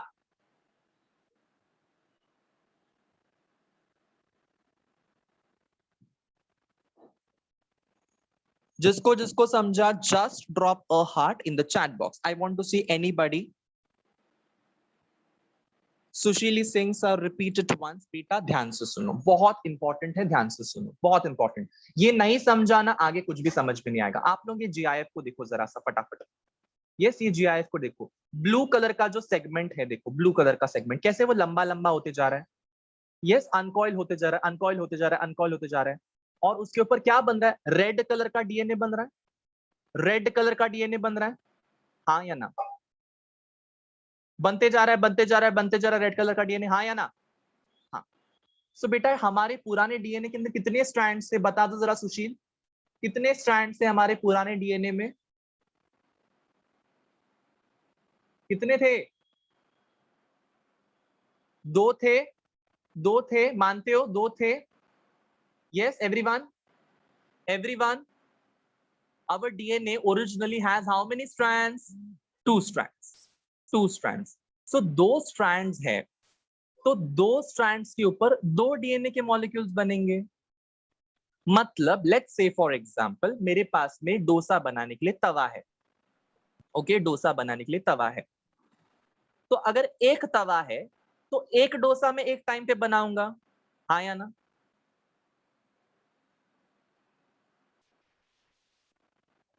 हाँ या ना?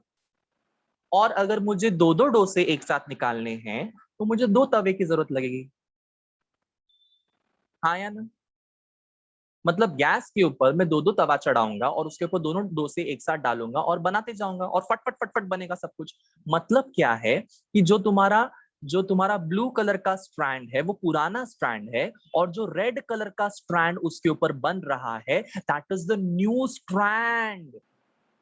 और वो नया स्ट्रैंड बनने की वजह से हम लोग कौन सा कॉन्जर्वेटिव मेथड बोल रहे हैं? Semi conservative method of DNA replication. Understood? Because पुराना स्ट्रैंड को हम लोग बचा के रख रहे हैं, हम पुराने स्ट्रैंड को खो नहीं दे रहे हैं। Understood everyone? हर एक नए डीएनए मॉलिक्यूल के अंदर पुराना स्ट्रैंड जरूर होगा। हर एक डीएनए मॉलिक्यूल, एक पुराना स्ट्रैंड, एक नया स्ट्रैंड, एक पुराना स्ट्रैंड, एक नया स्ट्रैंड, एक पुराना स्ट्रैंड, एक नया strand. Understood? This kind of replication machinery is called as semi-conservative mode of DNA replication. Done? Drop a heart. Amazing. अब सबको समझ में आ रहेगा। Drop a heart, everyone, if you have understood this.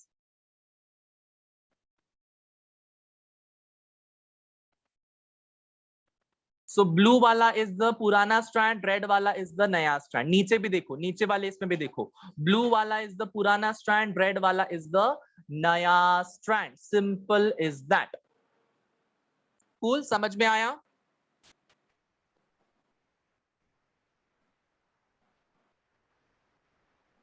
Yes, everyone? Yes or no?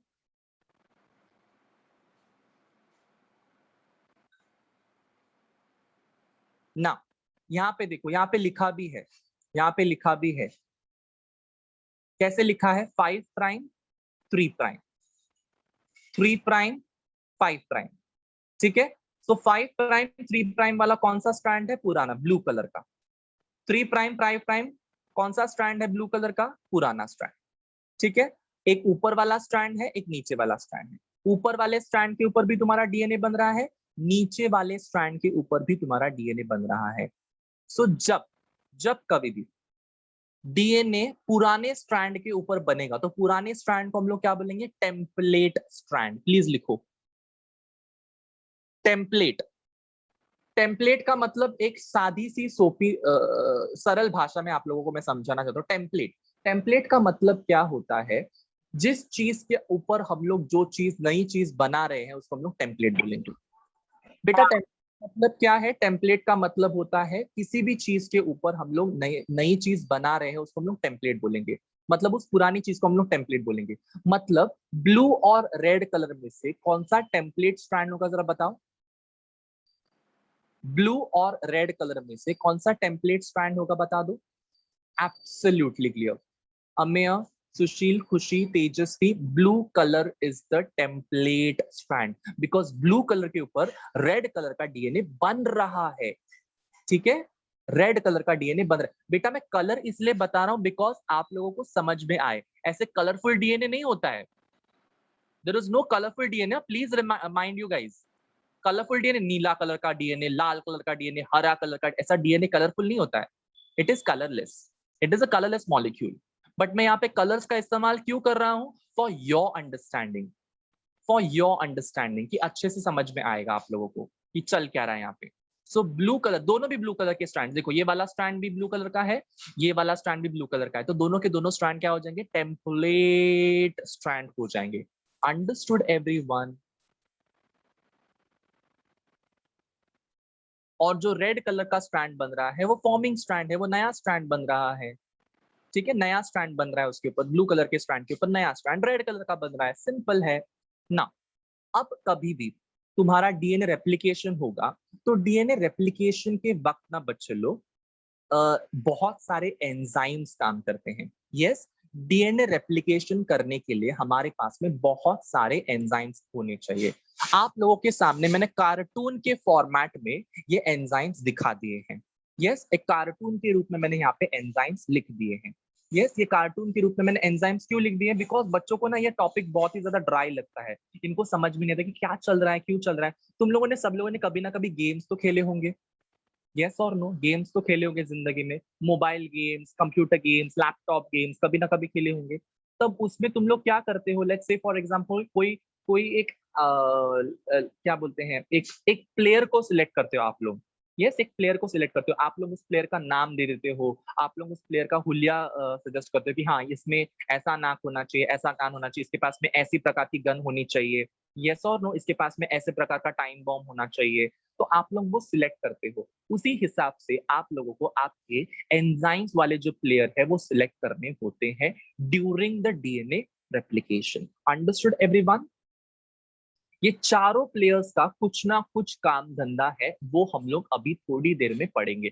Done?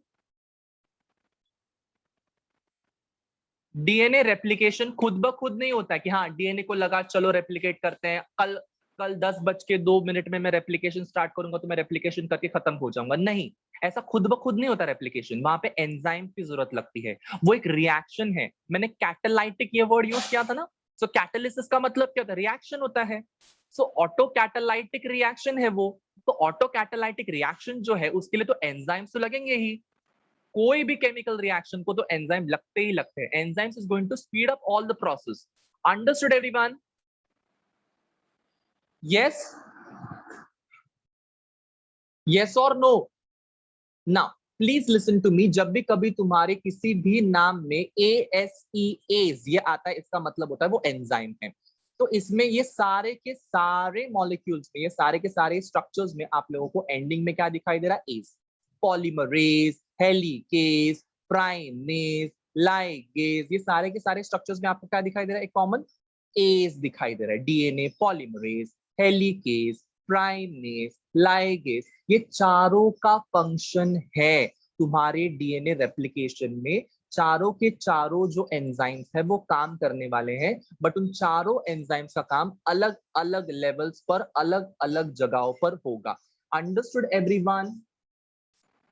उन चारों enzymes का अपना अपना फंक्शन है, अपना अपना फंक्शन है। जैसे से फॉर एग्जांपल अगर मैं बोल रहा हूं कि आप लोगों को डीएनए रेप्लिकेशन के ऊपर कोई प्रोजेक्ट बनाना है, ओके, डीएनए रेप्लिकेशन के ऊपर एक प्रोजेक्ट बनाना है, ऐसा मैं एक एग्जांपल दे रहा हूं।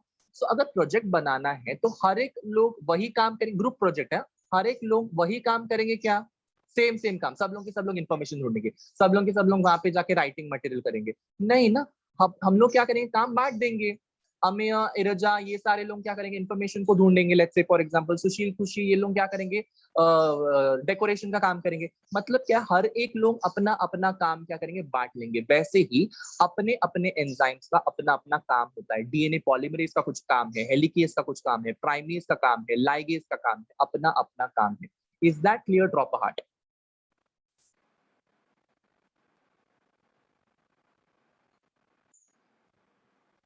Drop a heart everyone.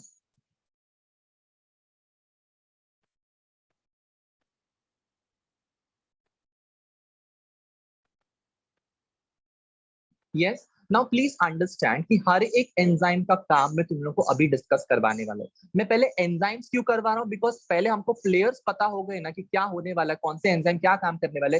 DNA replication just like पानी कम चाय। DNA replication is just like पानी कम चाय। अगर आपको एंजाइम्स के नाम पता हो गए, एंजाइम्स के फंक्शंस पता हो गए, अब तुम लोग को कुछ भी करने की जरूरत नहीं है, इतना सिंपल हो जाएगा। सो कौन से मैंने एंजाइम्स का डिस्कशन किया बच्चे लोग? DNA polymerase, helicase, primase and ligase. Please don't mess with the spellings, mistakes नहीं करने स्पेलिंग्स लिखते टाइम पे। डीएनए पॉलीमरेज तुम्हारा हेलिकेज है, then there is something called as primase, and there is last but not the least called as ligase. Please understand now. सबसे पहला enzyme is called as helicase. Yes, इसको हम लोग क्या बोलते हैं? हेलिकेज। ये हेलिकेज जो होता है ना बच्चे लोग, it is called as unzipping enzyme. Unzipping enzyme मैंने क्यों बोला हुआ है? कि बेटा अगर आपको डीएनए रेप्लिकेशन करना है, यस, डीएनए रेप्लिकेशन करना है, तो डीएनए कैसा है? डीएनए कैसा है? ऐसा कॉइल्ड है,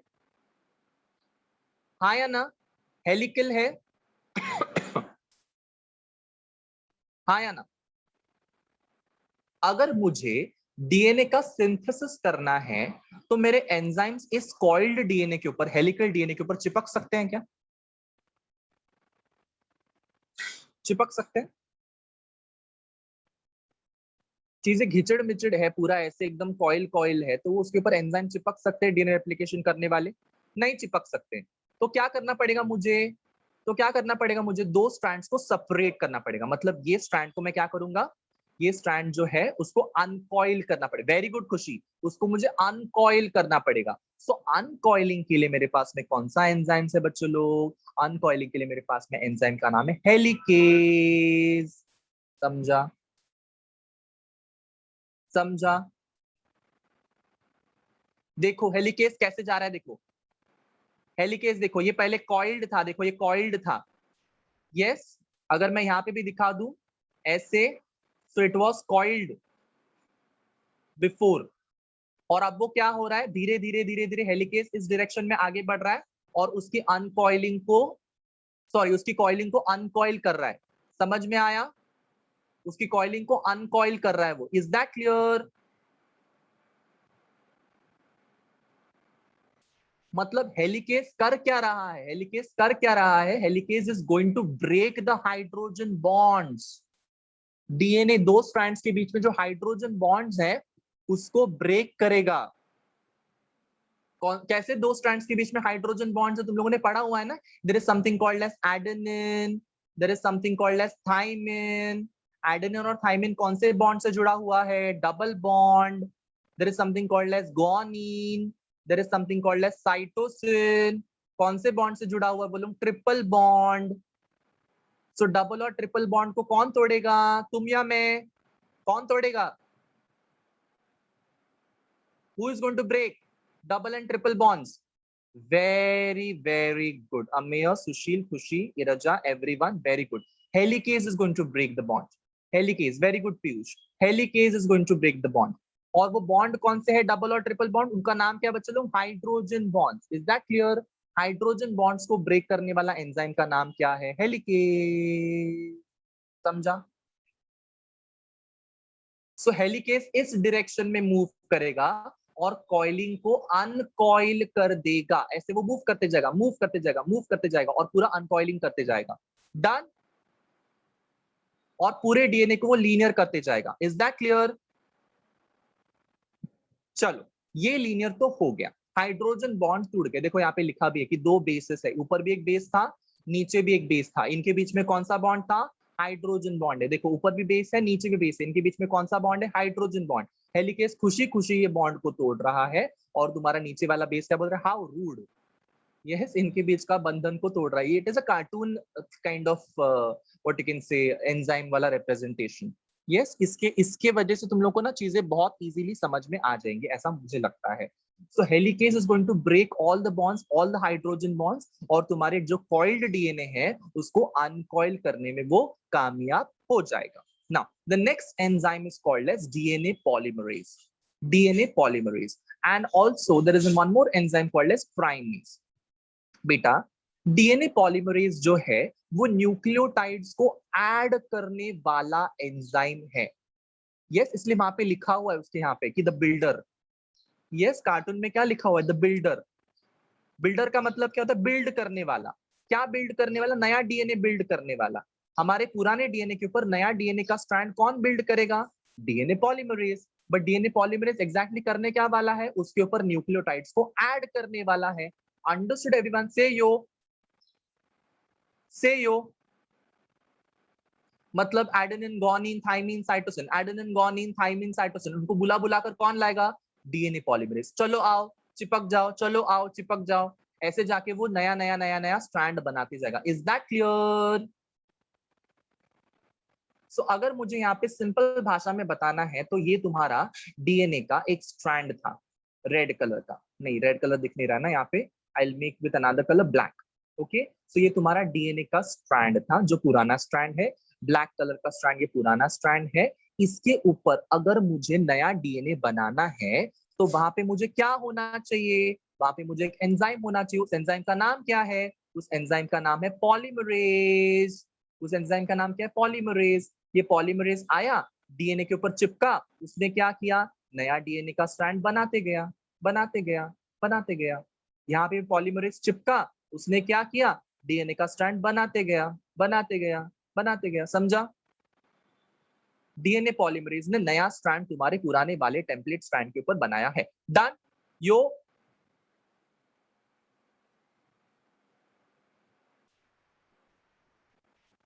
यो एवरीवन.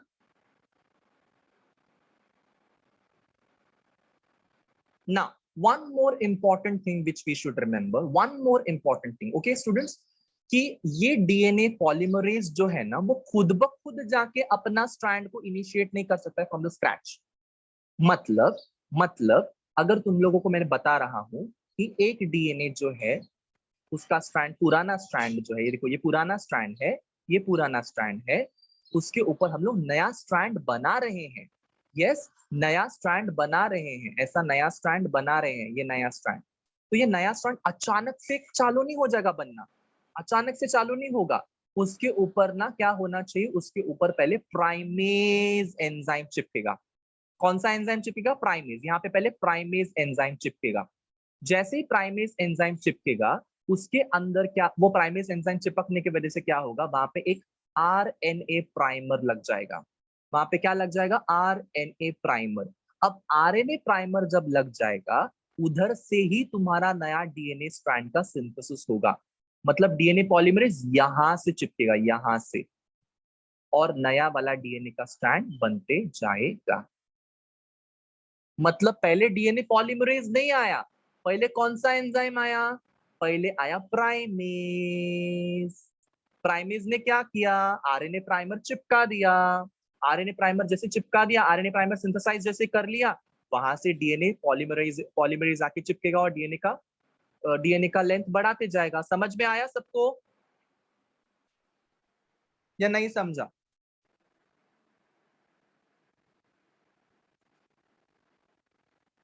नहीं समझा? Listen to be very carefully ना, ध्यान से सुनो।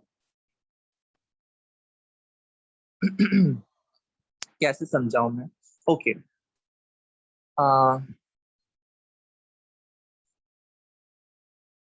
तुम लोग ना अभी इमेजिन करो कि तुम लोग बहुत छोटे छोटे बच्चे हो। ओके, तुम लोग बहुत छोटे छोटे बच्चे हो। तुम लोगों ने कभी वो जो अल्फाबेट्स की बुक देखी हुई है? अल्फाबेट्स की बुक, ABCD वाली अल्फाबेट्स की जो बुक होती है, वर्क बुक आते थे उस जमाने में। Yes, work books. सो उस वर्कबुक के अंदर जो पहले पहले इनिशियल लाइंस होते थे, इनिशियल लाइंस, उस इनिशियल लाइंस में आप लोगों ने देखा रहेगा कैसे डॉट डॉट डॉट डॉट वाला लेटर्स लिखे रहते थे। ए, ऐसा ए लिखा रहता था। यस, ए लिखा था ऐसे। फिर हम लोग को नीचे जगह दी जाती थी कि हाँ चलो लिखो, A for apple, B for ball, ऐसे हम लोग लिखते थे। हाँ या ना? हाँ या ना? पहले डॉट डॉट वाले लेटर्स आते थे, फिर उसके बाद में नीचे तुम लोग को जगह रहता था। यस, मतलब क्या है, आप लोगों को इनिशियल स्टेज में पता नहीं होता है लिखना कैसे है, पता नहीं होता है लिखना कैसे है। सो शुरुआत में हम लोग क्या करते हैं, ऐसे डॉट डॉट से काम चलाते हैं। उसके बाद में हम लोग अपना जब कॉन्फिडेंस बिल्डअप होता है, तब A for apple, B for ball अपना नीचे नीचे लिखते जाते हैं। हाँ या ना?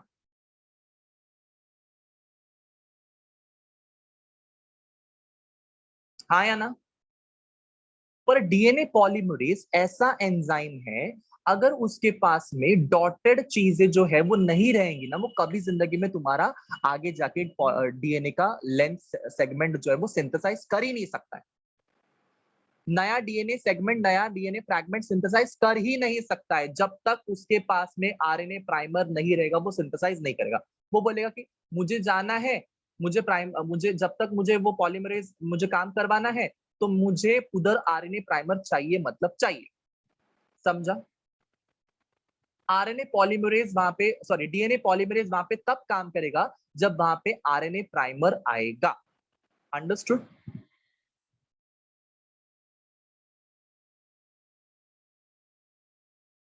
मतलब जैसे उसको ये बताना होता है कि हाँ, जैसे फॉर एग्जांपल, अगर और एक छोटा एग्जांपल दे दूं तो मैं बताना चाहता हूँ कि ओके, जो तुम्हारे ये रहता है ना, क्या बोलते हैं, जो बिल्डिंग के ऊपर काम करने वाले लोग रहते हैं, मेसन्स जिसको हम लोग बोलते हैं।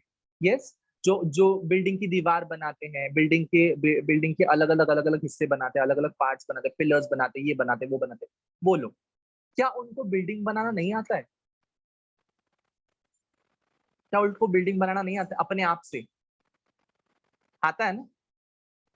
उनको पता है इतना सीमेंट चाहिए, इतना पानी चाहिए उसके अंदर, इतना रेती चाहिए उसके अंदर, ऐसे प्रकार से हम लोग उसके उस ईंट के ऊपर सीमेंट डालेंगे, ऐसे उसको लेवल करेंगे, ये सब तो उनको पता रहता है। हाँ या ना?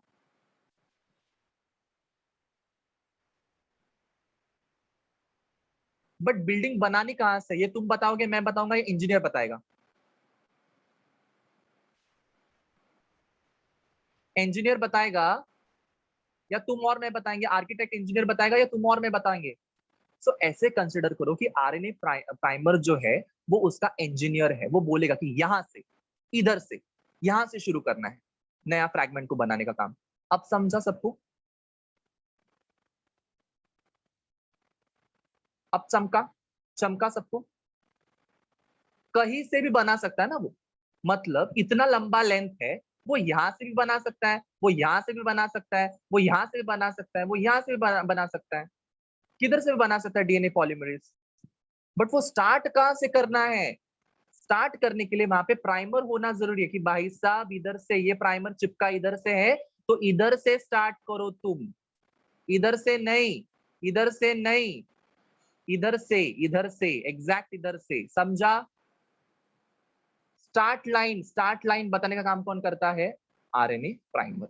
आरएनए प्राइमर किधर से किसने सिंथेसाइज किया? प्राइमेज नाम के एंजाइम ने सिंथेसाइज किया। अब वापस एक बार वन लास्ट टाइम मैं एक्सप्लेन कर रहा हूं और आगे बढ़ता हूं, ठीक है? मैंने कहा कि जो ओल्ड फ्रैगमेंट है, ओल्ड फ्रैगमेंट को मैं ब्लैक कलर से बना रहा हूँ, ओके। ब्लैक कलर से मैं ओल्ड फ्रैगमेंट को बना रहा हूँ, जिसको हम लोग टेम्पलेट स्ट्रैंड भी बोलते हैं। ये भी टेम्पलेट स्ट्रैंड है बिकॉज डीएनए के पास में 2 स्ट्रैंड्स होते हैं, ठीक है। उसके ऊपर मुझे क्या बनाना है, उसके ऊपर मुझे नया स्ट्रैंड को सिंथेसाइज करना है। अगर मुझे नया स्ट्रैंड को सिंथेसाइज करना है तो उसके वहां पे पहले, सबसे पहले क्या आएगा, वहां पे प्राइमेज एंजाइम आएगा। सो प्राइमेज एंजाइम को मैं डार्क ग्रीन कलर से बना रहा हूँ, ये हो गया प्राइमेज एंजाइम।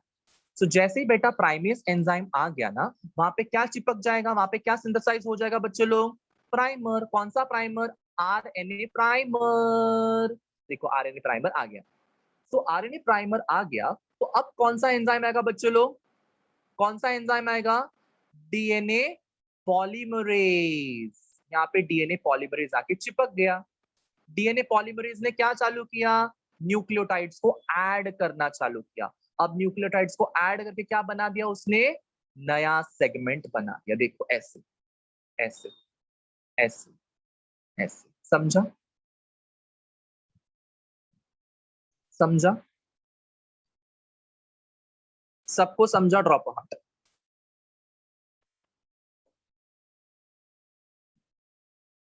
आरएनए प्राइमर होना चाहिए, आरएनए प्राइमर बनाया जाता है प्राइमेज के जरिए। बेटा प्राइमर जो है ना, हमेशा आरएनए वाला प्राइमर होता है, आरएनए। बिकॉज एंजाइम कौन सा है, प्राइमेज। प्राइमेज कौन सा प्राइमर बनाता है, आरएनए प्राइमर। ग्रीन कलर का प्राइमर बनाया इसने। व्हाइट कलर का क्या है, newly synthesised DNA molecule, newly synthesised DNA segment और फ्रैगमेंट और स्ट्रैंड। ब्लैक कलर का क्या है, ब्लैक कलर का है तुम्हारा old strand, template strand. Is that clear, yo everyone, yo everyone. So DNA polymerase primase का मतलब समझ गए, इसलिए यहाँ पे लिखा है ना इसने, the initialiser.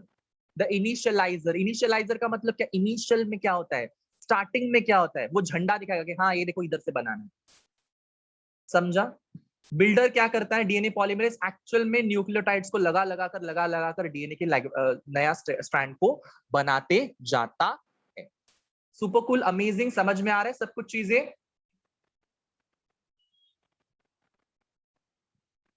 Yes, yes, now listen to me very carefully, now listen to me very carefully. There is one more enzyme called as ligase. इसका नाम में ही या फिर इसके फोटोग्राफ में आपको समझ में आ जाएगा ये करने क्या वाला है, what it is going to do, what it is going to do, it is going to stick. Yes, it is going to stick, it is going to, जो gluing mechanism है उसके पास में, वो चिपकाने वाले मैकेनिज्म है उसके पास में, मतलब वो चिपका चिपकी करने का काम करेगा। लाइगेज का काम धंधा क्या है, चिपकाना, ठीक है। क्या करेगा, वो चिपकाने का काम करेगा। मतलब ध्यान दो बेटा, मैं कब से चिल्ला चिल्ला के बोल रहा हूँ कि तुम्हारे पास में एक डीएनए का, सॉरी, हाँ ये बताता हूँ, हाँ ये डीएनए का ओल्ड स्ट्रैंड है, लेट्स से फॉर एग्जांपल, ये डीएनए का ओल्ड स्ट्रैंड है, let's say for example, because हमारे डीएनए में 2 स्ट्रैंड्स होते हैं, तो 2 ओल्ड स्ट्रैंड मैंने बना दिए। उस डीएनए के ऊपर मुझे नया स्ट्रैंड बनाना है, तो जो नया स्ट्रैंड बना रहा है ऊपर वाला डीएनए ना, वो कैसे बनाता है, मतलब ऐसे डायरेक्ट, डायरेक्ट बनाते जाता है, direct direct direct direct direct direct. But जब वो नया स्ट्रैंड बनाता है तुम्हारे नेक्स्ट वाले स्ट्रैंड के ऊपर, तो वो कैसे बनाता है, मतलब ब्रेक ब्रेक होकर, ऐसे बनाया, ऐसे बनाया, ऐसे बनाया, ऐसे बनाया। सो बेटा इन दोनों की गैप कैसे भरी जाएगी, ये गैप जो है वो कौन भरेगा, फेविकॉल मरीन, कौन भरेगा, लाइगेज, सिंपल, लाइगेज। समझ में आया। ऊपर वाले स्ट्रैंड में कोई प्रॉब्लम ही नहीं है, बिकॉज ऊपर वाला स्ट्रैंड कंटिन्यूअसली बनते जा रहा है। बट नीचे वाला जो नया स्ट्रैंड बन रहा है वो डिसकंटिन्यूअसली बनता है। अगर वो डिसकंटिन्यूअसली बन रहा है तो वहां पे किसकी आवश्यकता होती है, लाइगेज। समझा, चुन्नू मुन्नू टुन्नू पुन्नू, समझ में आया।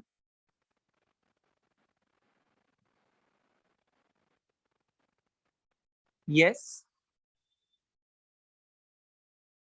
Okay. Now, one last time, I'm explaining the entire enzymes once again. And please listen to me very carefully. एक छोटा सा GIF भी आगे जाके हम लोग देखने वाले हैं और उसके बाद में आज का लेक्चर रोक देंगे। हमारा डीएनए रेप्लिकेशन मैंने कंप्लीट नहीं किया है। स्टेप बाय स्टेप मुझे 7 स्टेप्स को एक्सप्लेन करना है। 7 इंपॉर्टेंट स्टेप्स होते हैं तुम्हारे डीएनए रेप्लिकेशन के। वो 7 इंपॉर्टेंट स्टेप्स को मैं नेक्स्ट लेक्चर में एकदम डिटेल्ड में लूंगा। बट अभी मैं तुम लोगों को हाल फिलहाल क्या तैयार कर रहा हूँ, बेस तैयार कर रहा हूँ कि हाँ बाबा ये होता है, ये होता है, ये होता है, ये वाला एंजाइम, ये वाला एंजाइम पहले आता है, ये वाला एंजाइम बाद में आता है। ये सब मैं तुम लोगों को एक क्या बोलते हैं, एक फ्लो चार्ट बता रहा हूँ कि हाँ ये फ्लो चार्ट ऐसे जाने वाला है। समझा? एक्चुअल वाला डीएनए रेप्लिकेशन हम लोग नेक्स्ट लेक्चर में चालू करने वाले हैं। नेक्स्ट लेवल एपिक होने वाला है अगर आपको ये सारी चीजें समझ में आती है तो। ठीक है, चलो one last time one revision कर देते हैं फटाफट से। मैंने क्या बोला? मैंने बोला कि there is something called as DNA polymerase, there is called helicase, primase and ligase. ठीक है, सबसे पहले हमको कौन से वाले एंजाइम की जरूरत लगती है? Unzipping enzyme. अनजिपिंग एंजाइम का मतलब क्या है कि उसके मॉलिक्यूल्स के बॉन्ड को तोड़ने वाला एंजाइम, मतलब कॉइल्ड जो डीएनए है उसको अनकॉइल करने वाला जो मॉलिक्यूल है उसकी जरूरत हमको लगती है। उसका नाम क्या है बच्चे लोग? हेलिकेस। हेलिकेस करता क्या है कि जो तुम्हारे हाइड्रोजन बॉन्ड्स है तुम्हारे न्यूक्लियोटाइड्स के बीच में, नाइट्रोजनस बेस के बीच में जो हाइड्रोजन बॉन्ड्स है, वेरी सॉरी, नाइट्रोजन बेस के बीच में, एडेनिन गोनिन के बीच में, थाइमिन साइटोसिन के बीच में, सॉरी, एडेनिन थाइमिन के बीच में, गोनिन साइटोसिन के बीच में जो बॉन्ड्स है, डबल बॉन्ड ट्रिपल बॉन्ड, इनको, इन हाइड्रोजन बॉन्ड्स को तोड़ने का काम कौन करता है? हेलिकेस करता है। उन बॉन्ड्स का नाम है हाइड्रोजन बॉन्ड्स। हाइड्रोजन बॉन्ड्स टूटे, तुम्हारा मॉलिक्यूल सेपरेट होते गया और वो जो कॉइलिंग उसके अंदर थी वो अनकॉइल्ड होते गया, अनकॉइल्ड होते गया। Now once the uncoiling is done, सबसे पहला वहां पे कौन सा एंजाइम आएगा? प्राइमेज नाम का एंजाइम आएगा। सॉरी, प्राइमेज एंजाइम जो है वहां पे आरएनए प्राइमर को ऐड करेगा। आरएनए प्राइमर को ऐड क्यों करना है? बिकॉज तुम्हारे डीएनए पॉलीमरेज को बताना है कि यहां से नया मॉलिक्यूल को सिंथेसाइज करना है, इधर से, इस जगह से। This is the start line. Yes, this is the start line. You have to initiate the molecule from here. So ये मॉलिक्यूल को बनाने का काम कौन करेगा? वहां पे डीएनए पॉलीमरेज करेगा। डीएनए पॉलीमरेज वहां पे न्यूक्लियोटाइड्स को ऐड करते जाएगा और न्यूक्लियोटाइड्स को ऐड करके तुम्हारा नया डीएनए का फ्रैगमेंट, नया डीएनए का स्ट्रैंड को सिंथेसाइज करेगा। Last but not the least, हमने देखा कि ऊपर वाला जो स्ट्रैंड है, वो लीडिंग स्ट्रैंड जो हम लोगों ने देखा, वो लीडिंग स्ट्रैंड में क्या हो रहा था? लीडिंग स्ट्रैंड में डीएनए के मॉलिक्यूल जो बन रहे थे वो एकदम लाइन से बन रहे थे। There is no break. The new molecule which is forming is very continuous. But जो लैगिंग स्ट्रैंड है, लैगिंग मतलब क्या? अटक अटक के, अटक अटक के। हम लोग बोलते हैं ना वीडियो लैग हो रहा है, मतलब अटक अटक के बन रहा है, टूट टूट, क्या बोलते हैं, ब्रेक ब्रेक होकर बन रहा है वो। अगर जो ब्रेक ब्रेक होकर बन रहा है, लैगिंग स्ट्रैंड जिसको हम लोग बोल रहे हैं, उस लैगिंग स्ट्रैंड के ऊपर क्या हो रहा है? मॉलिक्यूल्स टूटक टूटक बन रहा है, थोड़ा थोड़ा थोड़ा थोड़ा बन रहा है। तो वो थोड़े थोड़े मॉलिक्यूल्स के बीच में क्या है? गैप्स अवेलेबल है। उन गैप्स को सील करने के लिए हमारे पास में कौन सा एंजाइम है? लाइगेज। किसको किसको समझा? Drop a heart in chat box everyone. Simple enzymes, simple उसके काम, और हर एक का अपना अपना स्पेसिफिक काम है कि ऐसा नहीं कि लाइगेज ने हेलिकेज का काम किया, हेलिकेज ने लाइगेज का काम किया, ऐसा कुछ नहीं है। अपना अपना काम किए जा रहे हैं सबके सब। चलो एक जीआईएफ में आपको दिखाता हूं, इससे आपको चीजें थोड़ी सी समझ में आ जाएंगी। नेक्स्ट लेक्चर में हम लोग मैं अच्छे से उस चीजों को कर दूंगा। देखो वापस एक बार दिखाता हूं। देखो ये तुम्हारा प्राइमेज एंजाइम था, ऊपर वाले जीआईएफ को देखो, इस पे आरएनए प्राइमर उसने बना दिया। आरएनए प्राइमर जैसे बन गया, देखो कौन सा वाला एंजाइम आएगा? DNA polymerase 3। डीएनए पॉलीमरेज 3 जैसे उसके ऊपर चिपक जाता है, उसने नया मॉलिक्यूल को सिंथेसाइज करना चालू कर दिया। Can you see that? Yo RNA primer आया, देखो वापस एक बार। आरएनए प्राइमर आने के बाद में डीएनए पॉलीमरेज वापस से आया। डीएनए पॉलीमरेज वापस से आरएनए प्राइमर के यहाँ पे चिपक गया और उधर से सिंथेसिस करना स्टार्ट कर दिया। इज दैट क्लियर यो? वो था लीडिंग स्ट्रैंड की कहानी। लीडिंग स्ट्रैंड का मतलब क्या है? एकदम कंटिन्यूअस मॉलिक्यूल बनेगा, continuous, there is no break, there is no break, continuously molecule synthesise होगा, ब्रेक नहीं होगा वो। Now can you see here lagging strand? Lagging strand नीचे वाला स्ट्रैंड है, देखो आरएनए प्राइमर आया, डीएनए पॉलीमरेज ने बनाया, देखो वापस से देखो, वापस से कौन आया? वापस से कौन आया देखो, देखो वापस से देखो, प्राइमर लगा दिया, डीएनए पॉलीमरेज आया, बन गया। मतलब ब्रेक हो के हो रहा है, कैन यू सी ब्रेक होके हो रहा है, आया ना, ब्रेक होकर होता है, कंटिन्यूस नहीं है, डिसकंटिन्यूस है। बट ऊपर वाला फ्रैगमेंट देखो, this is the leading strand, leading strand कैसे धड़ाधड़ धड़ाधड़ धड़ाधड़ बनते जा रहा है, there is no break, yes continuation में बन रहा है। इसकी वजह क्या है पता है, इसकी वजह मैं तुम लोग को नेक्स्ट लेक्चर बताऊंगा कि क्यों ऐसे हो रहा है, कि इधर ब्रेक लग रहा है, उधर ब्रेक नहीं लग रहा है, एकदम कंटिन्यूएशन में बन रहा है, उधर कंटिन्यूएशन में नहीं बन रहा है। इसके पीछे की वजह मैं आप लोगों को नेक्स्ट लेक्चर में बताने वाला हूँ, कि एक को लीडिंग स्ट्रैंड, एक को हम लोग लैगिंग स्ट्रैंड क्यों बोलते हैं। बट यहाँ तक सबको क्रिस्टल क्लियर समझ में आया तो just drop a heart in the chat box, everyone.